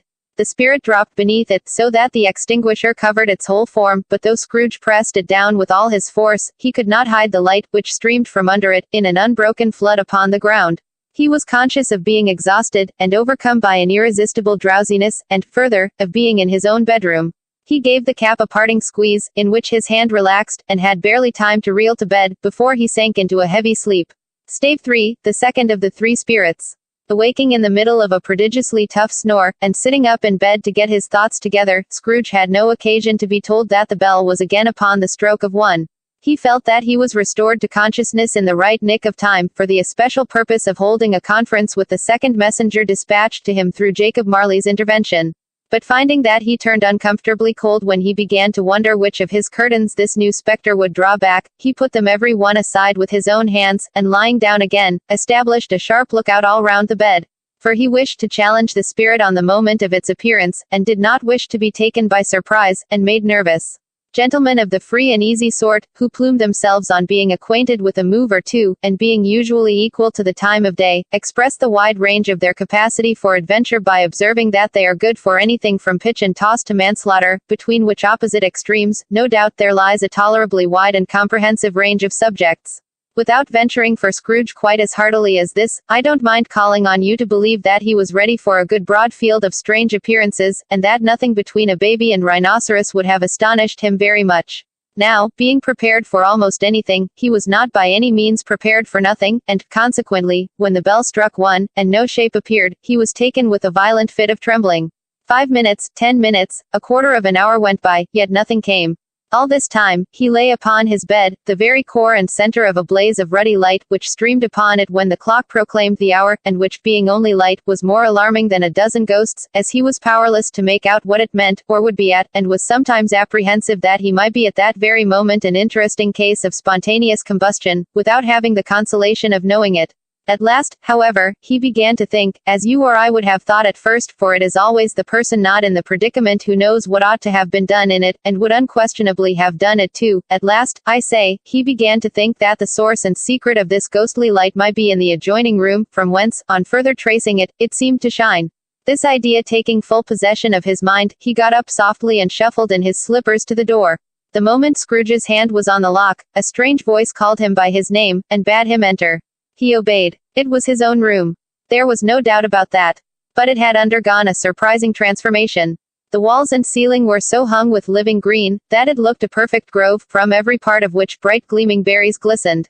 The crisp leaves of holly, mistletoe, and ivy reflected back the light, as if so many little mirrors had been scattered there, and such a mighty blaze went roaring up the chimney, as that dull petrification of a hearth had never known in Scrooge's time, or Marley's, or for many and many a winter season gone. Heaped up on the floor, to form a kind of throne, were turkeys, geese, game, poultry, brawn, great joints of meat, sucking pigs, long wreaths of sausages, mince pies, plum puddings, barrels of oysters, red-hot chestnuts, cherry-cheeked apples, juicy oranges, luscious pears, immense twelfth cakes, and seething bowls of punch that made the chamber dim with their delicious steam. In easy state upon this couch, there sat a jolly giant, glorious to see, who bore a glowing torch, in shape not unlike Plenty's horn, and held it up, high up, to shed its light on Scrooge, as he came peeping round the door. "Come in," exclaimed the ghost. "Come in, and know me better, man." Scrooge entered timidly, and hung his head before this spirit. He was not the dogged Scrooge he had been, and though the spirit's eyes were clear and kind, he did not like to meet them. "I am the ghost of Christmas present," said the spirit. "Look upon me." Scrooge reverently did so. It was clothed in one simple green robe, or mantle, bordered with white fur. This garment hung so loosely on the figure, that its capacious breast was bare, as if disdaining to be warded or concealed by any artifice. Its feet, observable beneath the ample folds of the garment, were also bare, and on its head it wore no other covering than a holly wreath, set here and there with shining icicles. Its dark brown curls were long and free as its genial face, its sparkling eye, its open hand, its cheery voice, its unconstrained demeanor, and its joyful air. Girded round its middle was an antique scabbard, but no sword was in it, and the ancient sheath was eaten up with rust. "You have never seen the like of me before," exclaimed the spirit. "Never," Scrooge made answer to it. "Have never walked forth with the younger members of my family, meaning, for I am very young, my elder brothers born in these later years," pursued the phantom. "I don't think I have," said Scrooge. "I am afraid I have not." "Have you had many brothers, spirit?" "More than 1800, said the ghost. "A tremendous family to provide for," muttered Scrooge. The ghost of Christmas present rose. "Spirit," said Scrooge submissively, "conduct me where you will. I went forth last night on compulsion, and I learnt a lesson which is working now. Tonight, if you have aught to teach me, let me profit by it. Touch my robe." Scrooge did as he was told, and held it fast. Holly, mistletoe, red berries, ivy, turkeys, geese, game, poultry, brawn, meat, pigs, sausages, oysters, pies, puddings, fruit, and punch, all vanished instantly. So did the room, the fire, the ruddy glow, the hour of night, and they stood in the city streets on Christmas morning, where, for the weather was severe, the people made a rough, but brisk and not unpleasant kind of music, in scraping the snow from the pavement in front of their dwellings, and from the tops of their houses, whence it was mad delight to the boys to see it come plumping down into the road below, and splitting into artificial little snowstorms. The house fronts looked black enough, and the windows blacker, contrasting with the smooth white sheet of snow upon the roofs, and with the dirtier snow upon the ground, which last deposit had been plowed up in deep furrows by the heavy wheels of carts and wagons, furrows that crossed and recrossed each other hundreds of times where the great streets branched off, and made intricate channels, hard to trace in the thick yellow mud and icy water. The sky was gloomy, and the shortest streets were choked up with a dingy mist, half thawed, half frozen, whose heavier particles descended in a shower of sooty atoms, as if all the chimneys in Great Britain had, by one consent, caught fire, and were blazing away to their dear hearts' content. There was nothing very cheerful in the climate or the town, and yet was there an air of cheerfulness abroad that the clearest summer air and brightest summer sun might have endeavored to diffuse in vain. For, the people who were shoveling away on the housetops were jovial and full of glee, calling out to one another from the parapets, and now and then exchanging a facetious snowball, better-natured missile far than many a wordy jest, laughing heartily if it went right and not less heartily if it went wrong. The poulterers' shops were still half open, and the fruiterers were radiant in their glory. There were great, round, pot-bellied baskets of chestnuts, shaped like the waistcoats of jolly old gentlemen, lolling at the doors, and tumbling out into the street in their apoplectic opulence. There were ruddy, brown-faced, broad-girthed Spanish onions, shining in the fatness of their growth like Spanish friars, and winking from their shelves in wanton slyness at the girls as they went by, and glanced demurely at the hung-up mistletoe.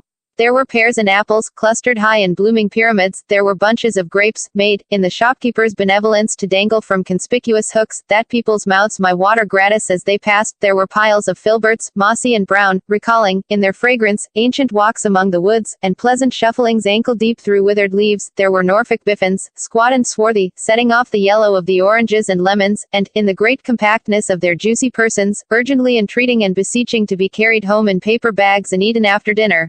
The very gold and silver fish, set forth among these choice fruits in a bowl, though members of a dull and stagnant-blooded race, appeared to know that there was something going on, and, to a fish, went gasping round and round their little world in slow and passionless excitement. The grosses. Oh, the grosses. Nearly closed, with perhaps 2 shutters down, or 1, but through those gaps such glimpses. It was not alone that the scales descending on the counter made a merry sound, or that the twine and roller parted company so briskly, or that the canisters were rattled up and down like juggling tricks, or even that the blended scents of tea and coffee were so grateful to the nose, or even that the raisins were so plentiful and rare, the almonds so extremely white, the sticks of cinnamon so long and straight, the other spices so delicious, the candied fruits so caked and spotted with molten sugar as to make the coldest lookers on feel faint and subsequently bilious.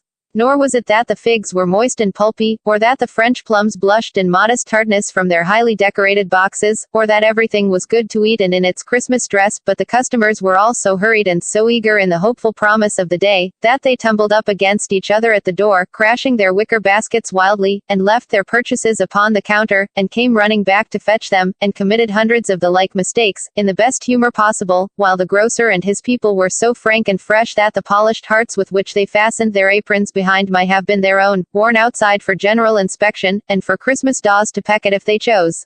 But soon the steeples called good people all, to church and chapel, and away they came, flocking through the streets in their best clothes, and with their gayest faces. And at the same time there emerged from scores of by-streets, lanes, and nameless turnings, innumerable people, carrying their dinners to the bakers' shops. The sight of these poor revelers appeared to interest the spirit very much, for he stood with Scrooge beside him in a baker's doorway, and taking off the covers as their bearers passed, sprinkled incense on their dinners from his torch.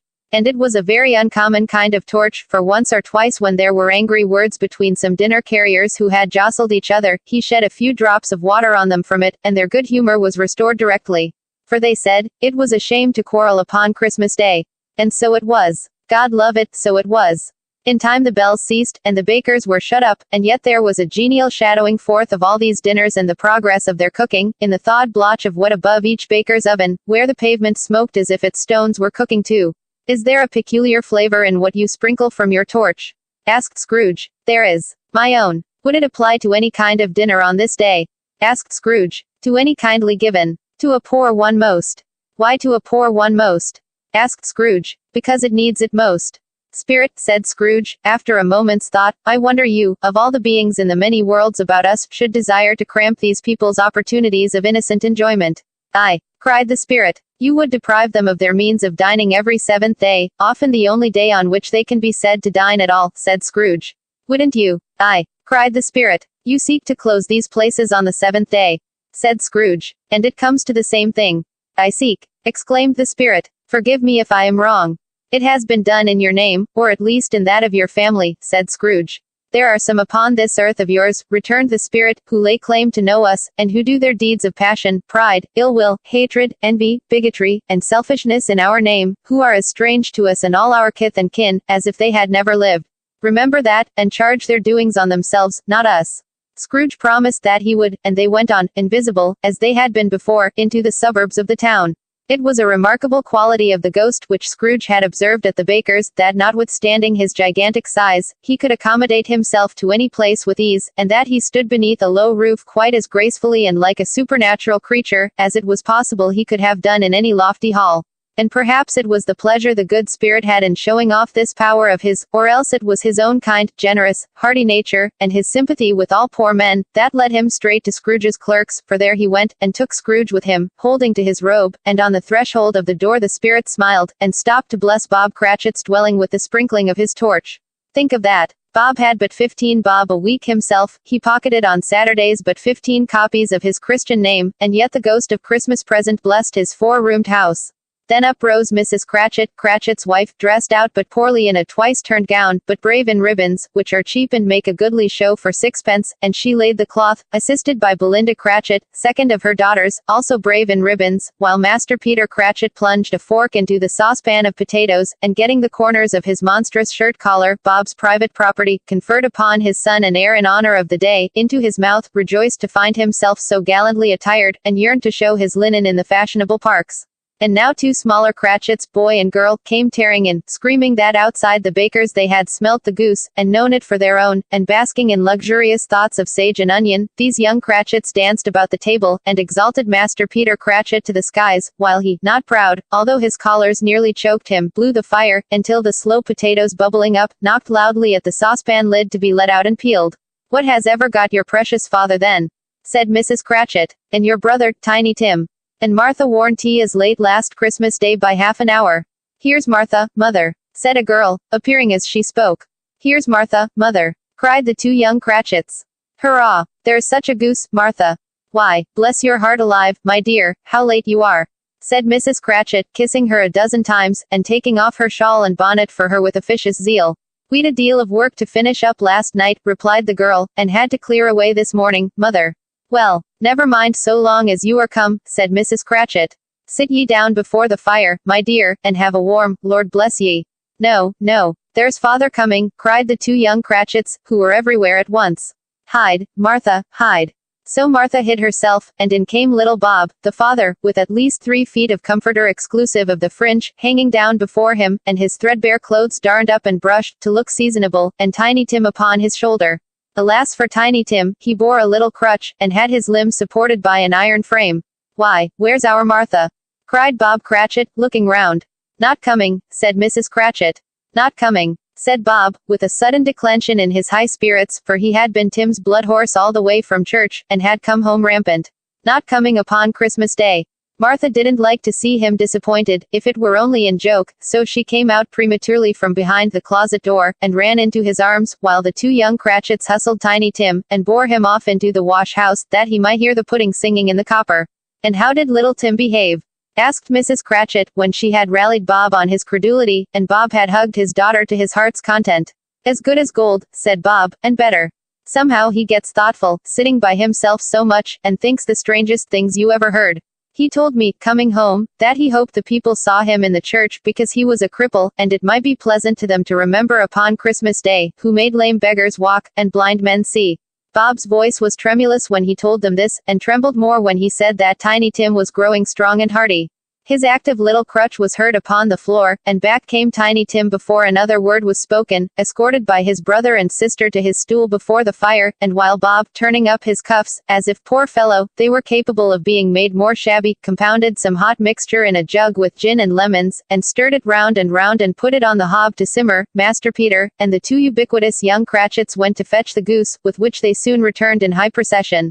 Such a bustle ensued that you might have thought a goose the rarest of all birds, a feathered phenomenon, to which a black swan was a matter of course, and in truth it was something very like it in that house. Mrs. Cratchit made the gravy, ready beforehand in a little saucepan, hissing hot. Master Peter mashed the potatoes with incredible vigor, Miss Belinda sweetened up the apple sauce, Martha dusted the hot plates, Bob took Tiny Tim beside him in a tiny corner at the table, the two young Cratchits set chairs for everybody, not forgetting themselves, and mounting guard upon their posts, crammed spoons into their mouths, lest they should shriek for goose before their turn came to be helped.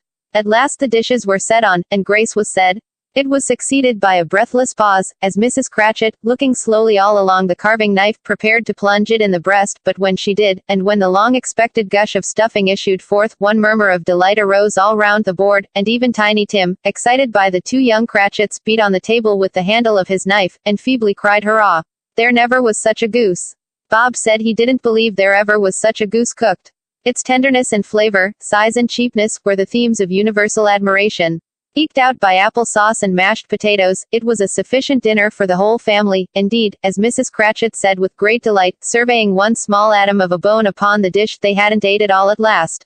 Yet every one had had enough, and the youngest Cratchits in particular, were steeped in sage and onion to the eyebrows.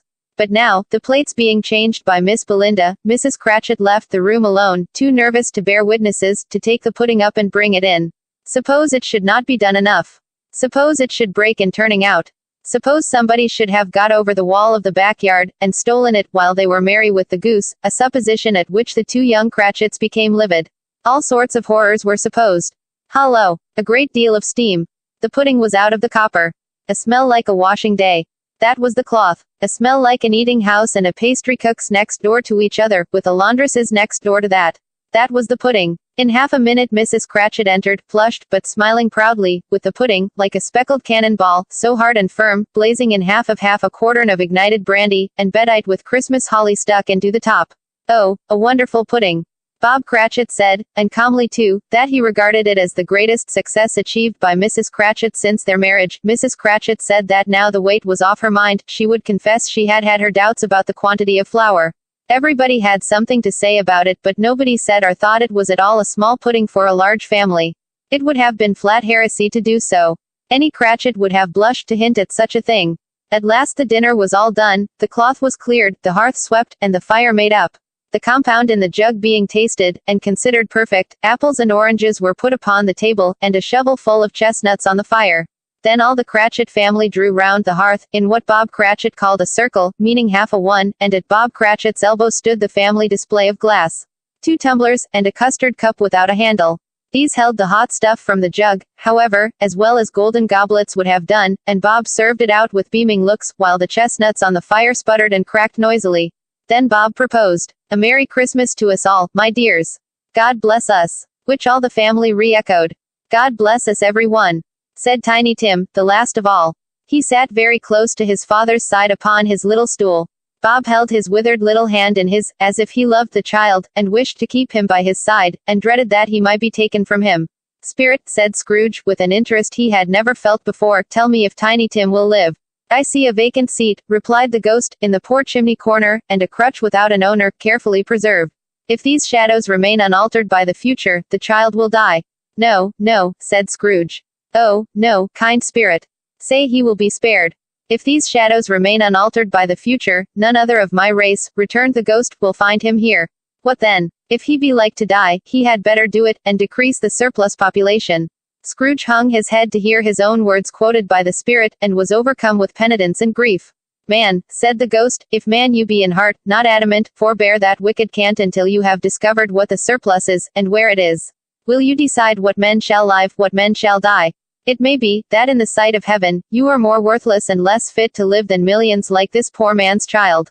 O God! To hear the insect on the leaf pronouncing on the too much life among his hungry brothers in the dust. Scrooge bent before the ghost's rebuke, and trembling cast his eyes upon the ground. But he raised them speedily, on hearing his own name. Mr. Scrooge, said Bob, I'll give you Mr. Scrooge, the founder of the feast. The founder of the feast indeed, cried Mrs. Cratchit, reddening. I wish I had him here. I'd give him a piece of my mind to feast upon, and I hope he'd have a good appetite for it. My dear, said Bob, the children.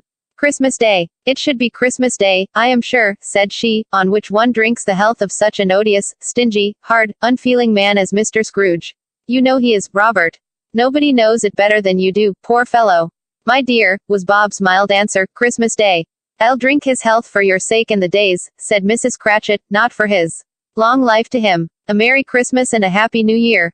He'll be very merry and very happy, I have no doubt. The children drank the toast after her. It was the first of their proceedings which had no heartiness. Tiny Tim drank it last of all, but he didn't care twopence for it. Scrooge was the ogre of the family. The mention of his name cast a dark shadow on the party, which was not dispelled for full 5 minutes. After it had passed away, they were 10 times merrier than before, from the mere relief of Scrooge the baleful being done with. Bob Cratchit told them how he had a situation in his eye for Master Peter, which would bring in, if obtained, full 5 and 6 weekly. The two young Cratchits laughed tremendously at the idea of Peter's being a man of business, and Peter himself looked thoughtfully at the fire from between his collars, as if he were deliberating what particular investments he should favor when he came into the receipt of that bewildering income. Martha, who was a poor apprentice at a milliner's, then told them what kind of work she had to do, and how many hours she worked at a stretch, and how she meant to lie abed tomorrow morning for a good long rest, tomorrow being a holiday she passed at home. Also how she had seen a countess and a lord some days before, and how the lord was much about as tall as Peter, at which Peter pulled up his collars so high that you couldn't have seen his head if you had been there. All this time the chestnuts and the jug went round, and by they had a song, about a lost child traveling in the snow, from Tiny Tim, who had a plaintive little voice, and sang it very well indeed. There was nothing of high mark in this. They were not a handsome family, they were not well dressed, their shoes were far from being waterproof, their clothes were scanty, and Peter might have known, and very likely did, the inside of a pawnbroker's. But they were happy, grateful, pleased with one another, and contented with the time, and when they faded, and looked happier yet in the bright sprinklings of the spirit's torch at parting, Scrooge had his eye upon them, and especially on Tiny Tim, until the last. By this time it was getting dark, and snowing pretty heavily, and as Scrooge and the spirit went along the streets, the brightness of the roaring fires in kitchens, parlors, and all sorts of rooms, was wonderful. Here, the flickering of the blaze showed preparations for a cozy dinner, with hot plates baking through and through before the fire, and deep red curtains, ready to be drawn to shut out cold and darkness. There all the children of the house were running out into the snow to meet their married sisters, brothers, cousins, uncles, aunts, and be the first to greet them. Here, again, were shadows on the window blind of guests assembling, and there a group of handsome girls, all hooded and fur-booted, and all chattering at once, tripped lightly off to some near neighbor's house, where, woe upon the single man who saw them enter, artful witches, well they knew it, in a glow. But, if you had judged from the numbers of people on their way to friendly gatherings, you might have thought that no one was at home to give them welcome when they got there, instead of every house expecting company, and piling up its fires half chimney high. Blessings on it, how the ghost exulted! How it bared its breadth of breast, and opened its capacious palm, and floated on, outpouring, with a generous hand, its bright and harmless mirth on everything within its reach. The very lamplighter, who ran on before, dotting the dusky street with specks of light, and who was dressed to spend the evening somewhere, laughed out loudly as the spirit passed, though little kenned the lamplighter that he had any company but Christmas. And now, without a word of warning from the ghost, they stood upon a bleak and desert moor, where monstrous masses of rude stone were cast about, as though it were the burial place of giants, and water spread itself wheresoever it listed, or would have done so, but for the frost that held it prisoner, and nothing grew but moss and furze, and coarse rank grass. Down in the west the setting sun had left a streak of fiery red, which glared upon the desolation for an instant, like a sullen eye, and frowning lower, lower, lower yet, was lost in the thick gloom of darkest night.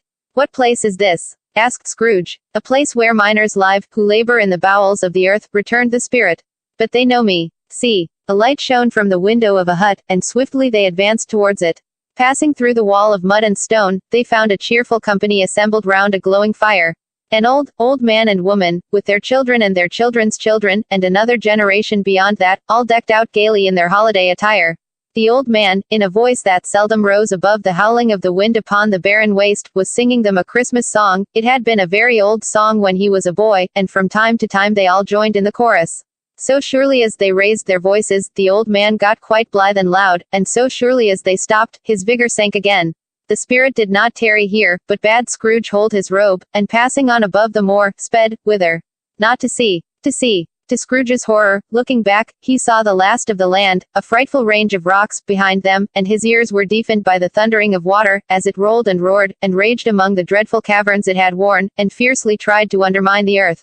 Built upon a dismal reef of sunken rocks, some league or so from shore, on which the waters chafed and dashed the wild year through, there stood a solitary lighthouse. Great heaps of seaweed clung to its base, and storm birds, born of the wind one might suppose, as seaweed of the water, rose and fell about it, like the waves they skimmed. But even here, 2 men who watched the light had made a fire, that through the loophole in the thick stone wall shed out a ray of brightness on the awful sea. Joining their horny hands over the rough table at which they sat, they wished each other Merry Christmas in their can of grog, and one of them, the elder, too, with his face all damaged and scarred with hard weather, as the figurehead of an old ship might be, struck up a sturdy song that was like a gale in itself. Again the ghost sped on, above the black and heaving sea, on, until, being far away, as he told Scrooge, from any shore, they lighted on a ship.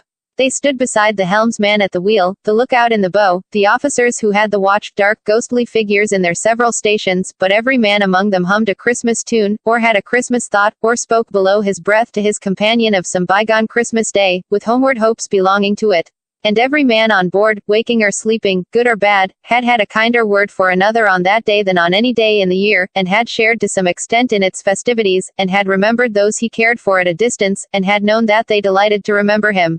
It was a great surprise to Scrooge, while listening to the moaning of the wind, and thinking what a solemn thing it was to move on through the lonely darkness over an unknown abyss, whose depths were secrets as profound as death. It was a great surprise to Scrooge, while thus engaged, to hear a hearty laugh. It was a much greater surprise to Scrooge to recognize it as his own nephew's, and to find himself in a bright, dry, gleaming room, with the spirit standing smiling by his side, and looking at that same nephew with approving affability. "Ha, ha!" laughed Scrooge's nephew. "Ha, ha, ha! If you should happen, by any unlikely chance, to know a man more blessed in a laugh than Scrooge's nephew, all I can say is, I should like to know him too. Introduce him to me, and I'll cultivate his acquaintance. It is a fair, even-handed, noble adjustment of things, that while there is infection and disease and sorrow, there is nothing in the world so irresistibly contagious as laughter and good humor." When Scrooge's nephew laughed in this way, holding his sides, rolling his head, and twisting his face into the most extravagant contortions, Scrooge's niece, by marriage, laughed as heartily as he. And their assembled friends, being not a bit behindhand, roared out lustily. "Ha, ha, ha, ha, ha, ha! He said that Christmas was a humbug, as I live!" cried Scrooge's nephew. "He believed it too. More shame for him, Fred," said Scrooge's niece, indignantly. "Bless those women, they never do anything by halves. They are always in earnest." She was very pretty, exceedingly pretty.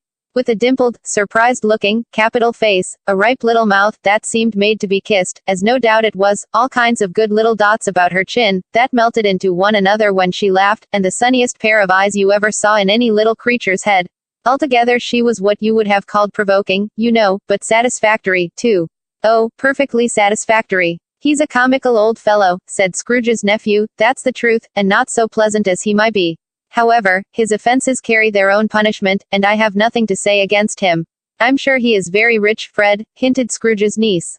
"At least you always tell me so." "What of that, my dear?" said Scrooge's nephew. "His wealth is of no use to him. He don't do any good with it. He don't make himself comfortable with it. He hasn't the satisfaction of thinking, ha, ha, ha, that he is ever going to benefit us with it. I have no patience with him," observed Scrooge's niece. Scrooge's niece's sisters, and all the other ladies, expressed the same opinion. "Oh, I have," said Scrooge's nephew. I am sorry for him, I couldn't be angry with him if I tried. Who suffers by his ill whims? Himself, always. Here, he takes it into his head to dislike us, and he won't come and dine with us. What's the consequence? He don't lose much of a dinner.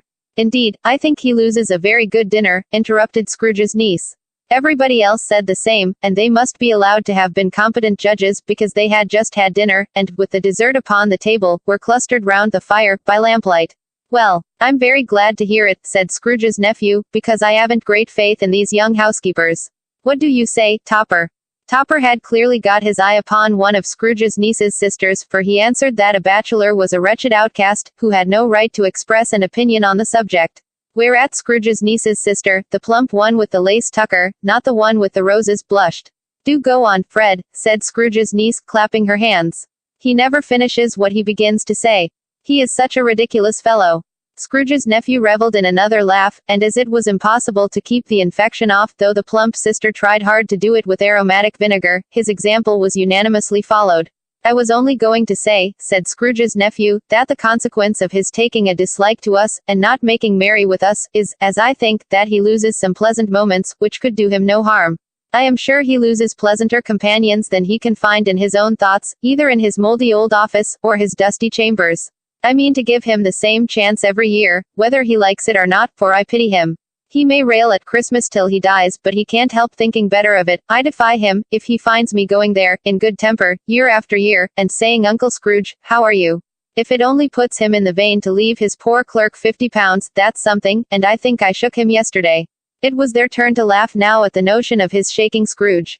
But being thoroughly good-natured, and not much caring what they laughed at, so that they laughed at any rate, he encouraged them in their merriment, and passed the bottle joyously. After tea, they had some music. For they were a musical family, and knew what they were about, when they sung a glee or catch, I can assure you, especially Topper, who could growl away in the bass like a good one, and never swell the large veins in his forehead, or get red in the face over it. Scrooge's niece played well upon the harp, and played among other tunes a simple little air, a mere nothing, you might learn to whistle it in 2 minutes, which had been familiar to the child who fetched Scrooge from the boarding school, as he had been reminded by the ghost of Christmas past. When this strain of music sounded, all the things that ghost had shown him came upon his mind, he softened more and more, and thought that if he could have listened to it often, years ago, he might have cultivated the kindnesses of life for his own happiness with his own hands, without resorting to the sexton's spade that buried Jacob Marley. But they didn't devote the whole evening to music. After a while they played at forfeits, for it is good to be children sometimes, and never better than at Christmas, when its mighty founder was a child himself.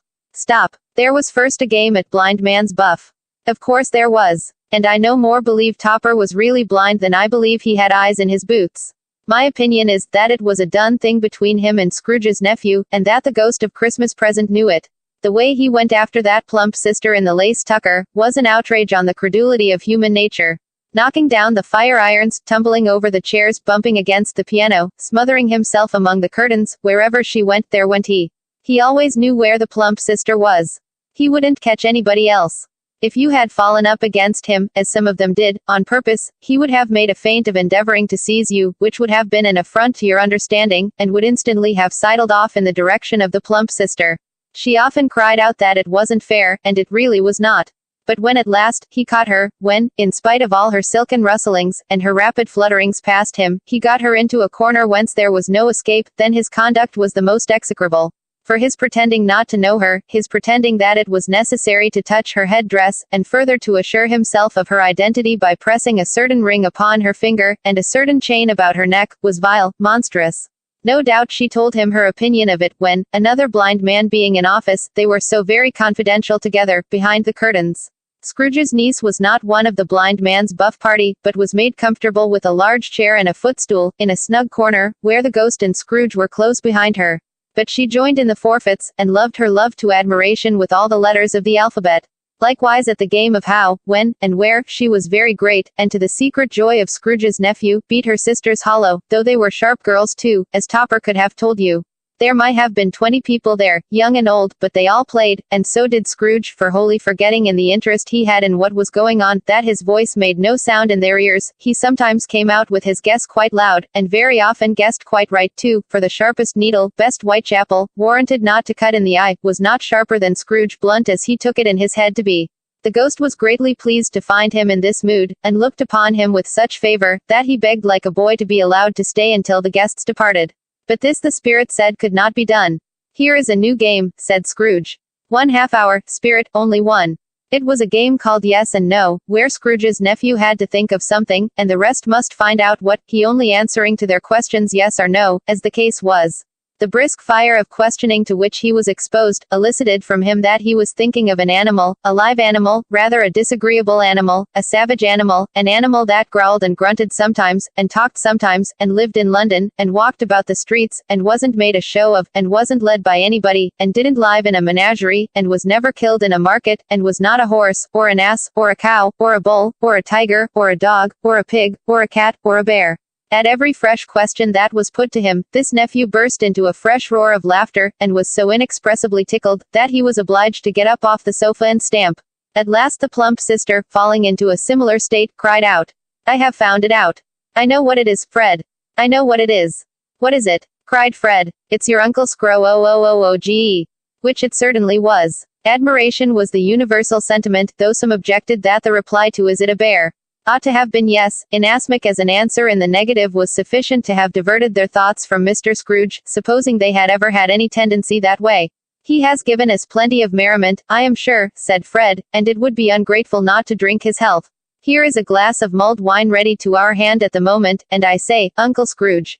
"Well, Uncle Scrooge," they cried, "a Merry Christmas and a Happy New Year to the old man, whatever he is," said Scrooge's nephew. "He wouldn't take it from me, but may he have it, nevertheless."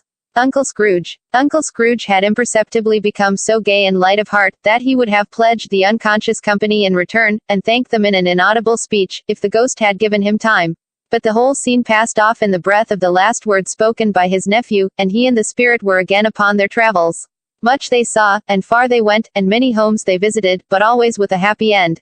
The spirit stood beside sick beds, and they were cheerful, on foreign lands, and they were close at home, by struggling men, and they were patient in their greater hope, by poverty, and it was rich.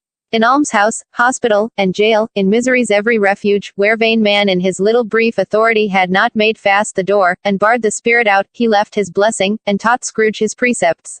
It was a long night, if it were only a night, but Scrooge had his doubts of this, because the Christmas holidays appeared to be condensed into the space of time they passed together.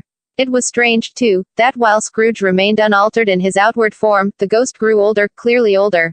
Scrooge had observed this change, but never spoke of it, until they left a children's 12th night party, when, looking at the spirit as they stood together in an open place, he noticed that its hair was gray.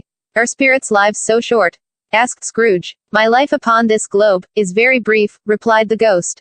"It ends tonight." "Tonight!" cried Scrooge. "Tonight at midnight. Hark! The time is drawing near." The chimes were ringing the 11:15 at that moment.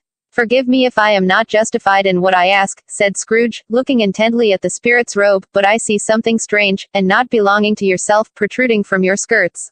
Is it a foot or a claw?" "It might be a claw, for the flesh there is upon it," was the spirit's sorrowful reply. "Look here." From the foldings of its robe, it brought 2 children, wretched, abject, frightful, hideous, miserable. They knelt down at its feet, and clung upon the outside of its garment. "Oh, man! Look here! Look down here!" exclaimed the ghost. They were a boy and girl. Yellow, meager, ragged, scowling, wolfish, but prostrate, too, in their humility. Where graceful youth should have filled their features out, and touched them with its freshest tints, a stale and shriveled hand, like that of age, had pinched, and twisted them, and pulled them into shreds. Where angels might have sat enthroned, devils lurked, and glared out menacing. No change, no degradation, no perversion of humanity, in any grade, through all the mysteries of wonderful creation, has monsters half so horrible and dread. Scrooge started back, appalled. Having them shown to him in this way, he tried to say they were fine children, but the words choked themselves, rather than be parties to a lie of such enormous magnitude. "Spirit, are they yours?" Scrooge could say no more. "They are man's," said the spirit, looking down upon them. "And they cling to me, appealing from their fathers.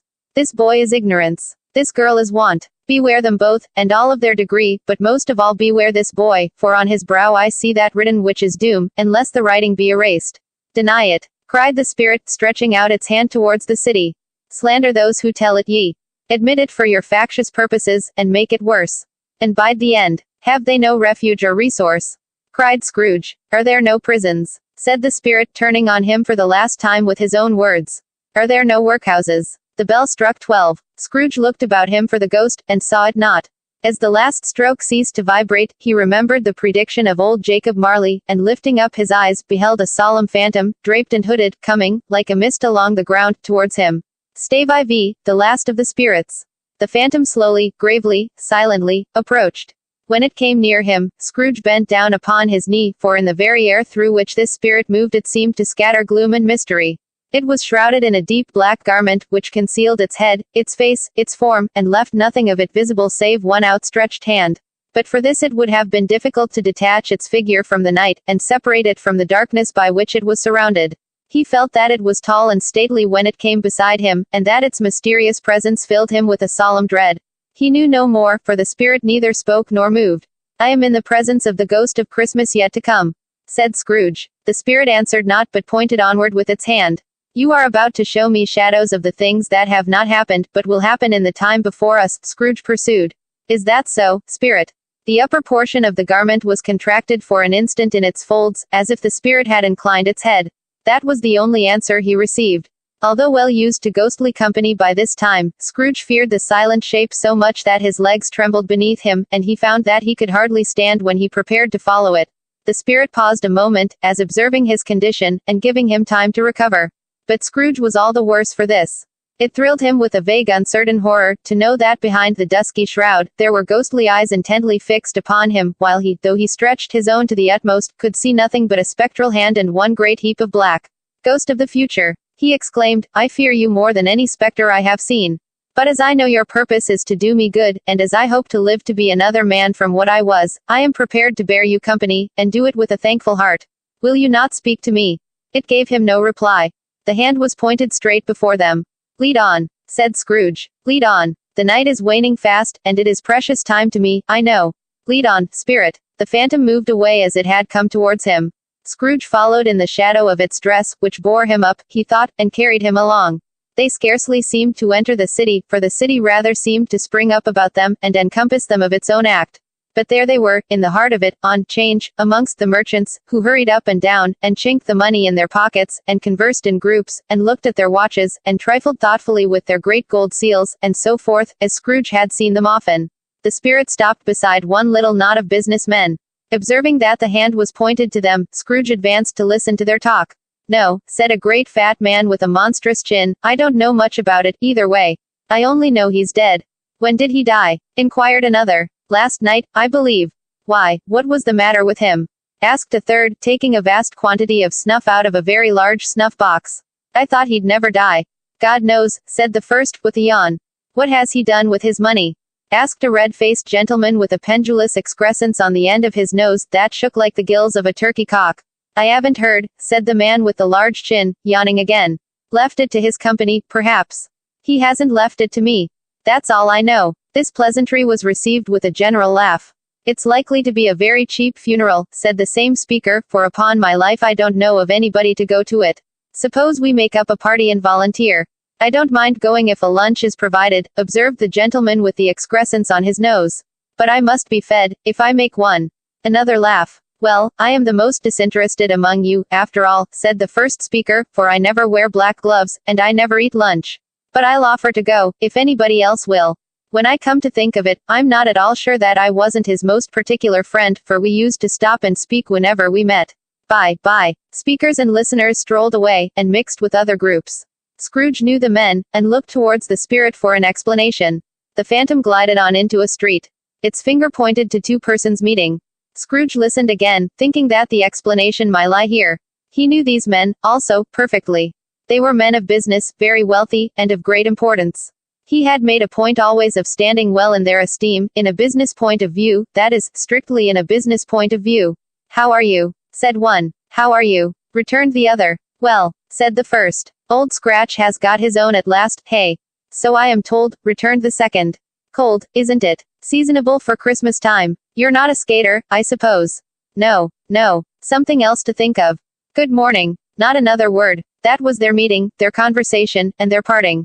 Scrooge was at first inclined to be surprised that the spirit should attach importance to conversations apparently so trivial, but feeling assured that they must have some hidden purpose, he set himself to consider what it was likely to be.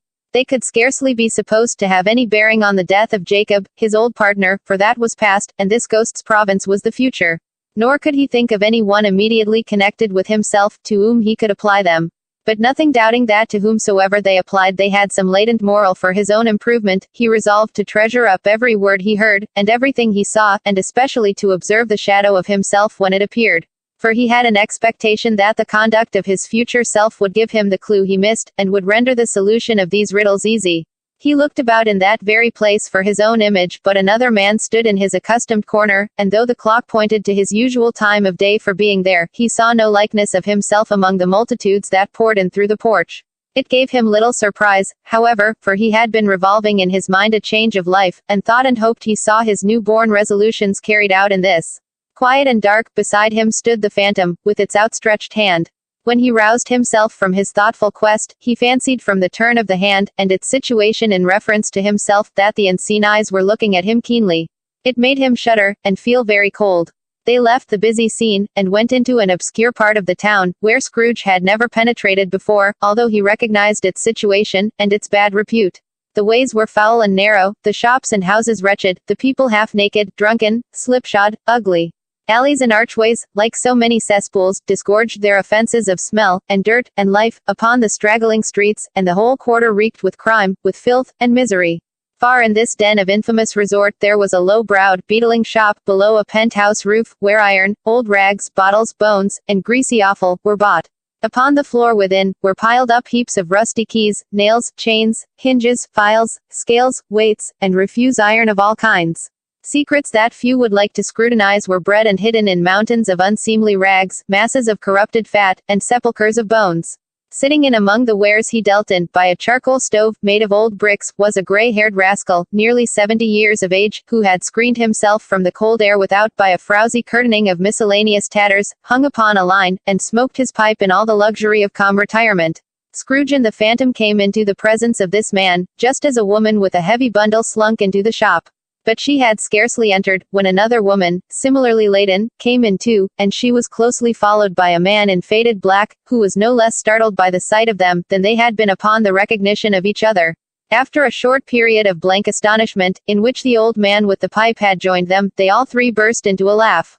"Let the charwoman alone to be the first," cried she who had entered first. "Let the laundress alone to be the second, and let the undertaker's man alone to be the third. Look here, old Joe, here's a chance. If we haven't all three met here without meaning it." "You couldn't have met in a better place," said old Joe, removing his pipe from his mouth. "Come into the parlor. You were made free of it long ago, you know, and the other two ain't strangers. Stop till I shut the door of the shop.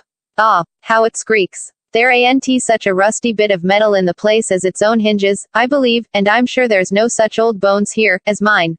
Ha, ha, we're all suitable to our calling, we're well matched. Come into the parlor. Come into the parlor." The parlor was the space behind the screen of rags. The old man raked the fire together with an old stair rod, and having trimmed his smoky lamp, for it was night, with the stem of his pipe, put it in his mouth again. While he did this, the woman who had already spoken threw her bundle on the floor, and sat down in a flaunting manner on a stool, crossing her elbows on her knees, and looking with a bold defiance at the other two. "What odds then? What odds, Mrs. Dilber?" said the woman. "Every person has a right to take care of themselves." "He always did." "That's true, indeed," said the laundress. "No man more so." "Why then, don't stand staring as if you was afraid, woman, who's the wiser? We're not going to pick holes in each other's coats, I suppose." "No, indeed," said Mrs. Dilber and the man together. "We should hope not." "Very well, then," cried the woman. "That's enough. Who's the worse for the loss of a few things like these? Not a dead man, I suppose." "No, indeed," said Mrs. Dilber, laughing. "If he wanted to keep him after he was dead, a wicked old screw," pursued the woman, "why wasn't he natural in his lifetime? If he had been, he'd have had somebody to look after him when he was struck with death, instead of lying gasping out his last there, alone by himself." "It's the truest word that ever was spoke," said Mrs. Dilber. "It's a judgment on him." "I wish it was a little heavier judgment," replied the woman, "and it should have been, you may depend upon it, if I could have laid my hands on anything else. Open that bundle, old Joe, and let me know the value of it. Speak out plain. I'm not afraid to be the first, nor afraid for them to see it. We know pretty well that we were helping ourselves, before we met here, I believe. It's no sin. Open the bundle, Joe." But the gallantry of her friends would not allow of this, and the man in faded black, mounting the breach first, produced his plunder. It was not extensive. A seal or two, a pencil case, a pair of sleeve buttons, and a brooch of no great value, were all. They were severally examined and appraised by old Joe, who chalked the sums he was disposed to give for each, upon the wall, and added them up into a total when he found there was nothing more to come. "That's your account," said Joe, "and I wouldn't give another sixpence, if I was to be boiled for not doing it." "Who's next?" Mrs. Dilber was next. Sheets and towels, a little wearing apparel, 2 old-fashioned silver teaspoons, a pair of sugar tongs, and a few boots. Her account was stated on the wall in the same manner. "I always give too much to ladies. It's a weakness of mine, and that's the way I ruin myself," said old Joe. "That's your account. If you asked me for another penny, and made it an open question, I'd repent of being so liberal and knock off half a crown. And now undo my bundle, Joe," said the first woman. Joe went down on his knees for the greater convenience of opening it, and having unfastened a great many knots, dragged out a large and heavy roll of some dark stuff. "What do you call this?" said Joe. "Bed curtains." "Ah," returned the woman, laughing and leaning forward on her crossed arms. "Bed curtains. You don't mean to say you took 'em down, rings and all, with him lying there?" said Joe. "Yes, I do," replied the woman. "Why not? You were born to make your fortune," said Joe, "and you'll certainly do it." "I certainly shan't hold my hand, when I can get anything in it by reaching it out, for the sake of such a man as he was, I promise you, Joe," returned the woman coolly. "Don't drop that oil upon the blankets, now." "His blankets?" asked Joe. "Whose else's do you think?" replied the woman. "He isn't likely to take cold without 'em, I dare say. I hope he didn't die of anything catching." "Eh?" said old Joe, stopping in his work, and looking up. "Don't you be afraid of that," returned the woman. "I ain't so fond of his company that I'd loiter about him for such things, if he did. Ah, you may look through that shirt till your eyes ache, but you won't find a hole in it, nor a threadbare place. It's the best he had, and a fine one too. They'd have wasted it, if it hadn't been for me." "What do you call wasting of it?" asked old Joe. "Putting it on him to be buried in, to be sure," replied the woman with a laugh. "Somebody was fool enough to do it, but I took it off again. If calico ain't good enough for such a purpose, it isn't good enough for anything. It's quite as becoming to the body. He can't look uglier than he did in that one." Scrooge listened to this dialogue in horror. As they sat grouped about their spoil, in the scanty light afforded by the old man's lamp, he viewed them with a detestation and disgust, which could hardly have been greater, though they had been obscene demons, marketing the corpse itself. "Ha, ha," laughed the same woman, when old Joe, producing a flannel bag with money in it, told out their several gains upon the ground. "This is the end of it, you see. He frightened every one away from him when he was alive, to profit us when he was dead. Ha, ha, ha." "Spirit," said Scrooge, shuddering from head to foot. I see. The case of this unhappy man might be my own. My life tends that way, now. Merciful heaven, what is this?" He recoiled in terror, for the scene had changed, and now he almost touched a bed, a bare, uncurtained bed, on which, beneath a ragged sheet, there lay a something covered up, which, though it was dumb, announced itself in awful language. The room was very dark, too dark to be observed with any accuracy, though Scrooge glanced round it in obedience to a secret impulse, anxious to know what kind of room it was. A pale light, rising in the outer air, fell straight upon the bed, and on it, plundered and bereft, unwatched, unwept, uncared for, was the body of this man. Scrooge glanced towards the phantom. Its steady hand was pointed to the head. The cover was so carelessly adjusted that the slightest raising of it, the motion of a finger upon Scrooge's part, would have disclosed the face. He thought of it, felt how easy it would be to do, and longed to do it, but had no more power to withdraw the veil than to dismiss the spectre at his side. "O cold, rigid, dreadful death, set up thine altar here, and dress it with such terrors as thou hast at thy command, for this is thy dominion. But of the loved, revered, and honored head, thou canst not turn one hair to thy dread purposes, or make one feature odious. It is not that the hand is heavy and will fall down when released, it is not that the heart and pulse are still, but that the hand was open, generous, and true, the heart brave, warm, and tender, and the pulse a man's. Strike, shadow, strike. And see his good deeds springing from the wound, to sow the world with life immortal." No voice pronounced these words in Scrooge's ears, and yet he heard them when he looked upon the bed. He thought, if this man could be raised up now, what would be his foremost thoughts? Avarice, hard-dealing, griping cares. They have brought him to a rich end, truly. He lay, in the dark empty house, with not a man, a woman, or a child, to say that he was kind to me in this or that, and for the memory of one kind word I will be kind to him. A cat was tearing at the door, and there was a sound of gnawing rats beneath the hearthstone. What they wanted in the room of death, and why they were so restless and disturbed, Scrooge did not dare to think. "Spirit," he said, "this is a fearful place. In leaving it, I shall not leave its lesson, trust me. Let us go. Still the ghost pointed with an unmoved finger to the head. I understand you, Scrooge returned, and I would do it, if I could. But I have not the power, Spirit. I have not the power. Again it seemed to look upon him. If there is any person in the town, who feels emotion caused by this man's death, said Scrooge quite agonized, show that person to me, Spirit, I beseech you. The phantom spread its dark robe before him for a moment, like a wing, and withdrawing it, revealed a room by daylight, where a mother and her children were. She was expecting someone, and with anxious eagerness, for she walked up and down the room, started at every sound, looked out from the window, glanced at the clock, tried, but in vain, to work with her needle, and could hardly bear the voices of the children in their play. At length the long-expected knock was heard. She hurried to the door, and met her husband, a man whose face was careworn and depressed, though he was young.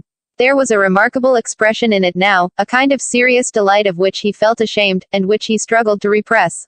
He sat down to the dinner that had been hoarding for him by the fire, and when she asked him faintly what news, which was not until after a long silence, he appeared embarrassed how to answer. Is it good, she said, or bad, to help him? Bad, he answered. We are quite ruined. No, there is hope yet, Caroline. If he relents, she said, amazed, there is. Nothing is past hope, if such a miracle has happened. He is past relenting, said her husband. He is dead. She was a mild and patient creature if her face spoke truth, but she was thankful in her soul to hear it, and she said so, with clasped hands. She prayed forgiveness the next moment, and was sorry, but the first was the emotion of her heart.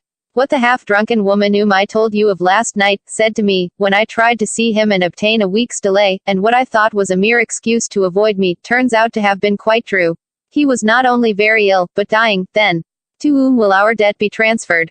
I don't know. But before that time we shall be ready with the money, and even though we were not, it would be a bad fortune indeed to find so merciless a creditor in his successor.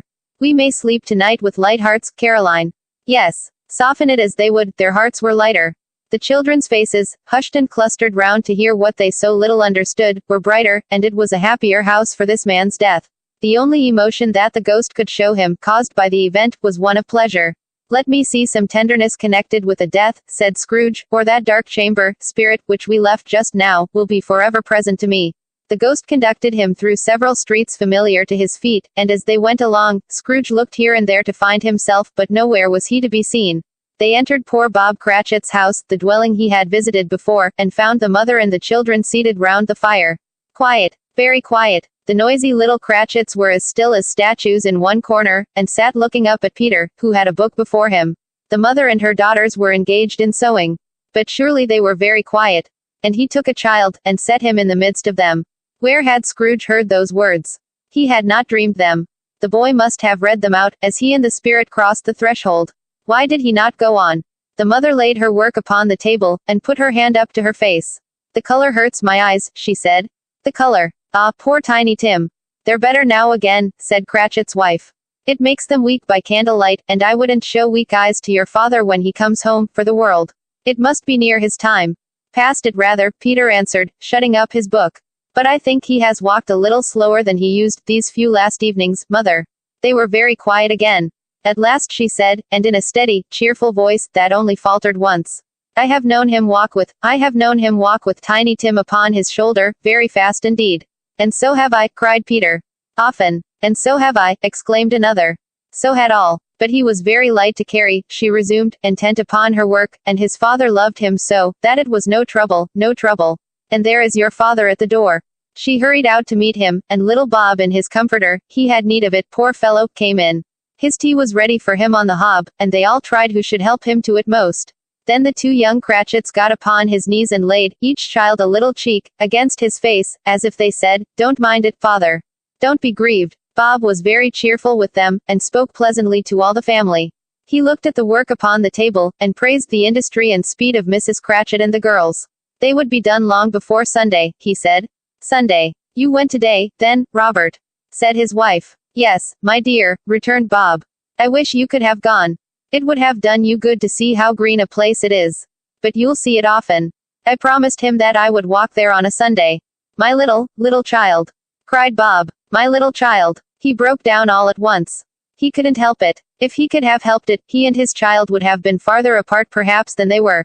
He left the room, and went upstairs into the room above, which was lighted cheerfully, and hung with Christmas There was a chair set close beside the child, and there were signs of someone having been there, lately. Poor Bob sat down in it, and when he had thought a little and composed himself, he kissed the little face. He was reconciled to what had happened, and went down again quite happy. They drew about the fire, and talked, the girls and mother working still.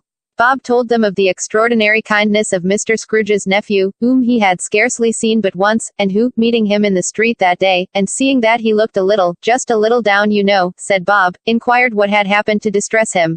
On which, said Bob, for he is the pleasantest spoken gentleman you ever heard, I told him, I am heartily sorry for it, Mr. Cratchit, he said, and heartily sorry for your good wife.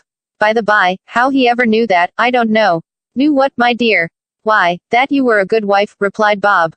Everybody knows that, said Peter. Very well observed, my boy, cried Bob. I hope they do. Heartily sorry, he said, for your good wife. If I can be of service to you in any way, he said, giving me his card, that's where I live. Pray come to me. Now, it wasn't, cried Bob, for the sake of anything he might be able to do for us, so much as for his kind way, that this was quite delightful. It really seemed as if he had known our Tiny Tim, and felt with us. I'm sure he's a good soul, said Mrs. Cratchit. You would be sure of it, my dear, returned Bob, if you saw and spoke to him. I shouldn't be at all surprised, mark what I say, if he got Peter a better situation. Only hear that, Peter, said Mrs. Cratchit. And then, cried one of the girls, Peter will be keeping company with someone, and setting up for himself. Get along with you, retorted Peter, grinning. It's just as likely as not, said Bob, one of these days, though there's plenty of time for that, my dear.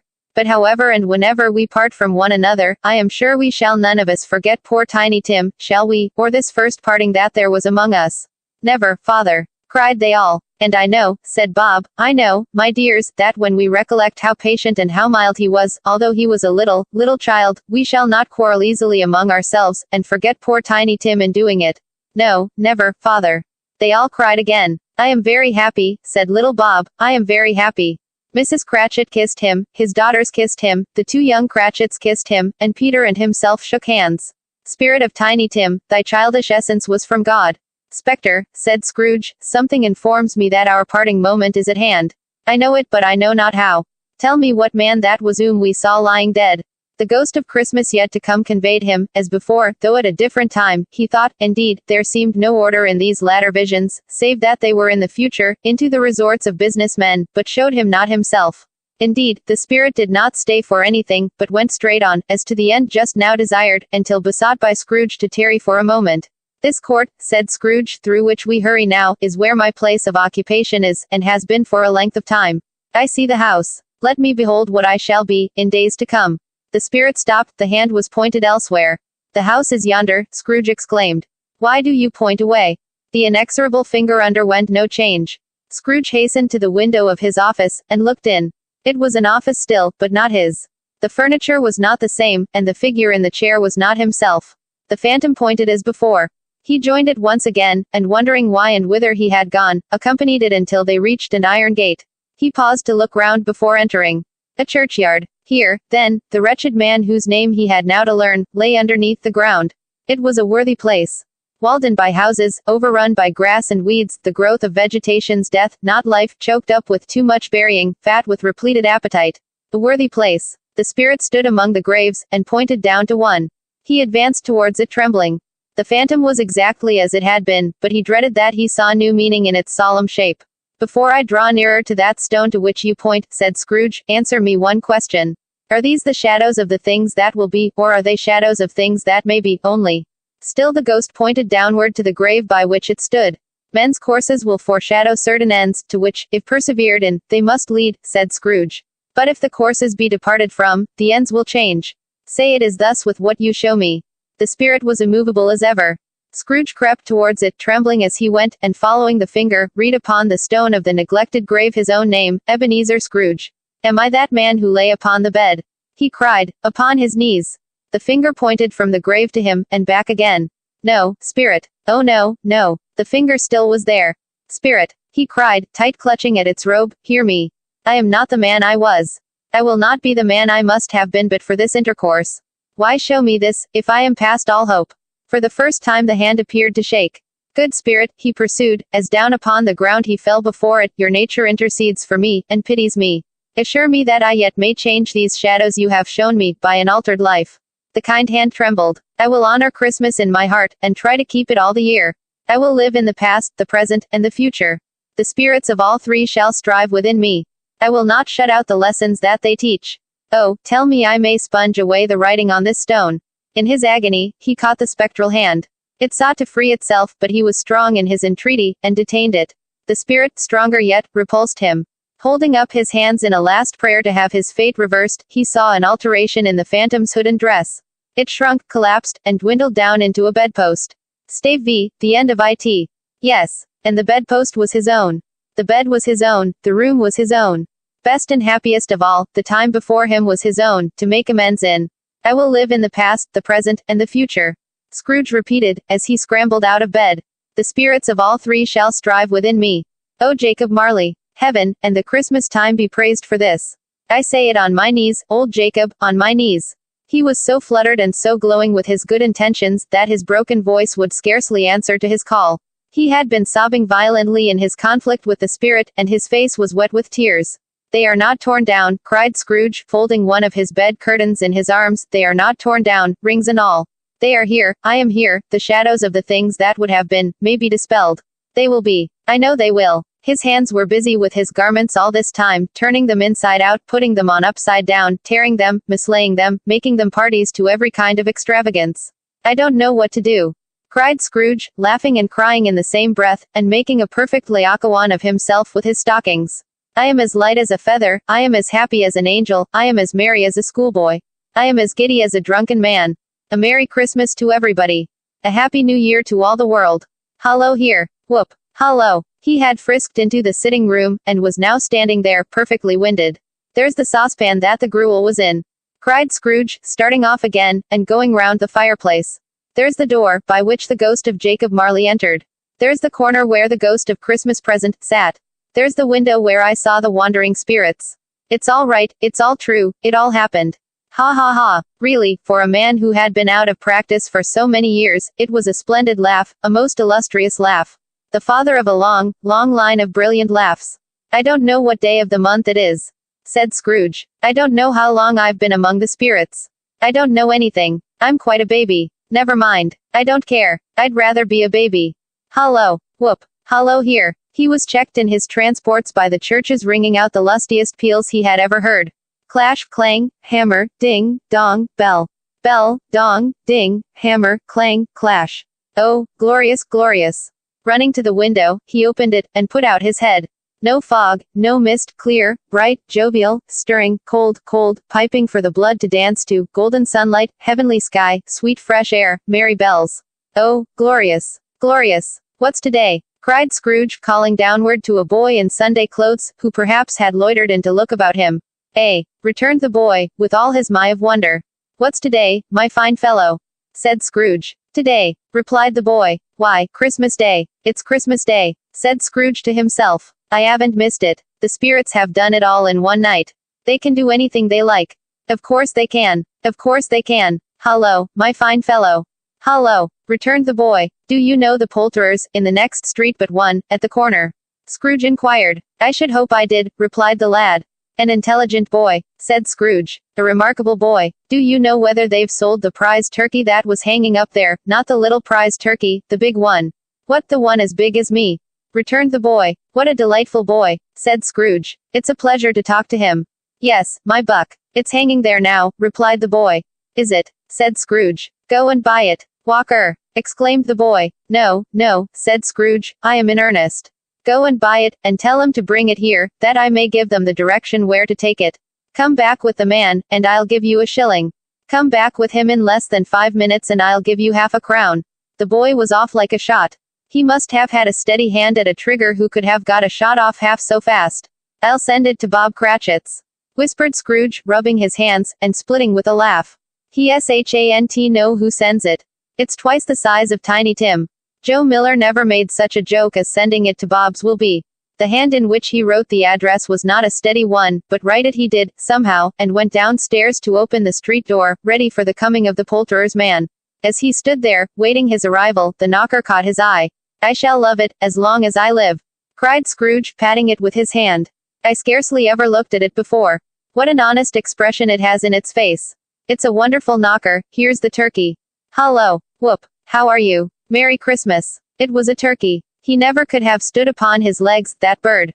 He would have snapped 'em short off in a minute, like sticks of sealing wax. Why, it's impossible to carry that to Camden Town, said Scrooge. You must have a cab. The chuckle with which he said this, and the chuckle with which he paid for the turkey, and the chuckle with which he paid for the cab, and the chuckle with which he recompensed the boy, were only to be exceeded by the chuckle with which he sat down breathless in his chair again, and chuckled till he cried. Shaving was not an easy task, for his hand continued to shake very much, and shaving requires attention, even when you don't dance while you are at it. But if he had cut the end of his nose off, he would have put a piece of sticking plaster over it, and been quite satisfied. He dressed himself all in his best, and at last got out into the streets. The people were by this time pouring forth, as he had seen them with the ghost of Christmas present, and walking with his hands behind him. Scrooge regarded every one with a delighted smile. He looked so irresistibly pleasant, in a word, that 3 or 4 good-humored fellows said, "Good morning, sir. A Merry Christmas to you." And Scrooge said often afterwards, that of all the blithe sounds he had ever heard, those were the blithest in his ears. He had not gone far, when coming on towards him he beheld the portly gentleman, who had walked into his counting-house the day before, and said, "Scrooge and Marley's, I believe." It sent a pang across his heart to think how this old gentleman would look upon him when they met, but he knew what path lay straight before him, and he took it. "My dear sir," said Scrooge, quickening his pace, and taking the old gentleman by both his hands. "How do you do? I hope you succeeded yesterday. It was very kind of you. A Merry Christmas to you, sir." "Mr. Scrooge." "Yes," said Scrooge. "That is my name, and I fear it may not be pleasant to you. Allow me to ask your pardon." "And will you have the goodness," here Scrooge whispered in his ear. "Lord bless me," cried the gentleman, as if his breath were taken away. "My dear Mr. Scrooge, are you serious?" "If you please," said Scrooge. "Not a farthing less. A great many back payments are included in it, I assure you. Will you do me that favor?" "My dear sir," said the other, shaking hands with him. "I don't know what to say to such moonify." "Don't say anything, please," retorted Scrooge. "Come and see me. Will you come and see me?" "I will," cried the old gentleman. And it was clear he meant to do it. "Thank'ee," said Scrooge. "I am much obliged to you. I thank you 50 times. Bless you." He went to church, and walked about the streets, and watched the people hurrying to and fro, and patted children on the head, and questioned beggars, and looked down into the kitchens of houses, and up to the windows, and found that everything could yield him pleasure. He had never dreamed that any walk, that anything, could give him so much happiness. In the afternoon he turned his steps towards his nephew's house. He passed the door a dozen times, before he had the courage to go up and knock. But he made a dash, and did it. "Is your master at home, my dear?" said Scrooge to the girl. "Nice girl. Very. Yes, sir." "Where is he, my love?" said Scrooge. "He's in the dining room, sir, along with mistress." "I'll show you upstairs, if you please." "Thank'ee. He knows me," said Scrooge, with his hand already on the dining room lock. "I'll go in here, my dear." He turned it gently, and sidled his face in, round the door. They were looking at the table, which was spread out in great array, for these young housekeepers are always nervous on such points, and like to see that everything is right. "Fred," said Scrooge. Dear heart alive, how his niece by marriage started. Scrooge had forgotten, for the moment, about her sitting in the corner with the footstool, or he wouldn't have done it, on any account. "Why, bless my soul!" cried Fred. "Who's that?" "It's I, your Uncle Scrooge. I have come to dinner." "Will you let me in, Fred?" "Let him in. It is a mercy he didn't shake his arm off. He was at home in 5 minutes. Nothing could be heartier. His niece looked just the same. So did Topper when he came. So did the plump sister when she came. So did every one when they came. Wonderful party, wonderful games, wonderful unanimity, wonderful happiness. But he was early at the office next morning. Oh, he was early there. If he could only be there first, and catch Bob Cratchit coming late. That was the thing he had set his heart upon. And he did it, yes, he did. The clock struck 9. No Bob. A quarter past. No Bob. He was full 18 minutes and a half behind his time. Scrooge sat with his door wide open, that he might see him come into the tank. His hat was off before he opened the door, his comforter too. He was on his stool in a jiffy, driving away with his pen, as if he were trying to overtake 9 o'clock. "Hullo," growled Scrooge, in his accustomed voice, as near as he could feign it. "What do you mean by coming here at this time of day?" "I am very sorry, sir," said Bob. "I am behind my time." "You are?" repeated Scrooge. "Yes, I think you are. Step this way, sir, if you please." "It's only once a year, sir," pleaded Bob, appearing from the tank. "It shall not be repeated. I was making rather merry yesterday, sir." Now, I'll tell you what, my friend, said Scrooge, I am not going to stand this sort of thing any longer. And therefore, he continued, leaping from his stool, and giving Bob such a dig in the waistcoat that he staggered back into the tank again, and therefore I am about to raise your salary. Bob trembled, and got a little nearer to the ruler. He had a momentary idea of knocking Scrooge down with it, holding him, and calling to the people in the court for help and a straight waistcoat. A Merry Christmas, Bob, said Scrooge, with an earnestness that could not be mistaken, as he clapped him on the back. A merrier Christmas, Bob, my good fellow, than I have given you, for many a year. I'll raise your salary, and endeavor to assist your struggling family, and we will discuss your affairs this very afternoon, over a Christmas bowl of smoking bishop, Bob. Make up the fires, and buy another coal scuttle before you dot another I, Bob Cratchit. Scrooge was better than his word. He did it all, and infinitely more, and to Tiny Tim, who did not die, he was a second father. He became as good a friend, as good a master, and as good a man, as the good old city knew, or any other good old city, town, or borough, in the good old world. Some people laughed to see the alteration in him, but he let them laugh, and little heeded them, for he was wise enough to know that nothing ever happened on this globe, for good, at which some people did not have their fill of laughter in the outset, and knowing that such as these would be blind anyway, he thought it quite as well that they should wrinkle up their eyes in grins, as have the malady in less attractive forms. His own heart laughed, and that was quite enough for him. He had no further intercourse with spirits, but lived upon the total abstinence principle, ever afterwards, and it was always said of him, that he knew how to keep Christmas well, if any man alive possessed the knowledge. May that be truly said of us, and all of us. And so, as Tiny Tim observed, God bless us, every one.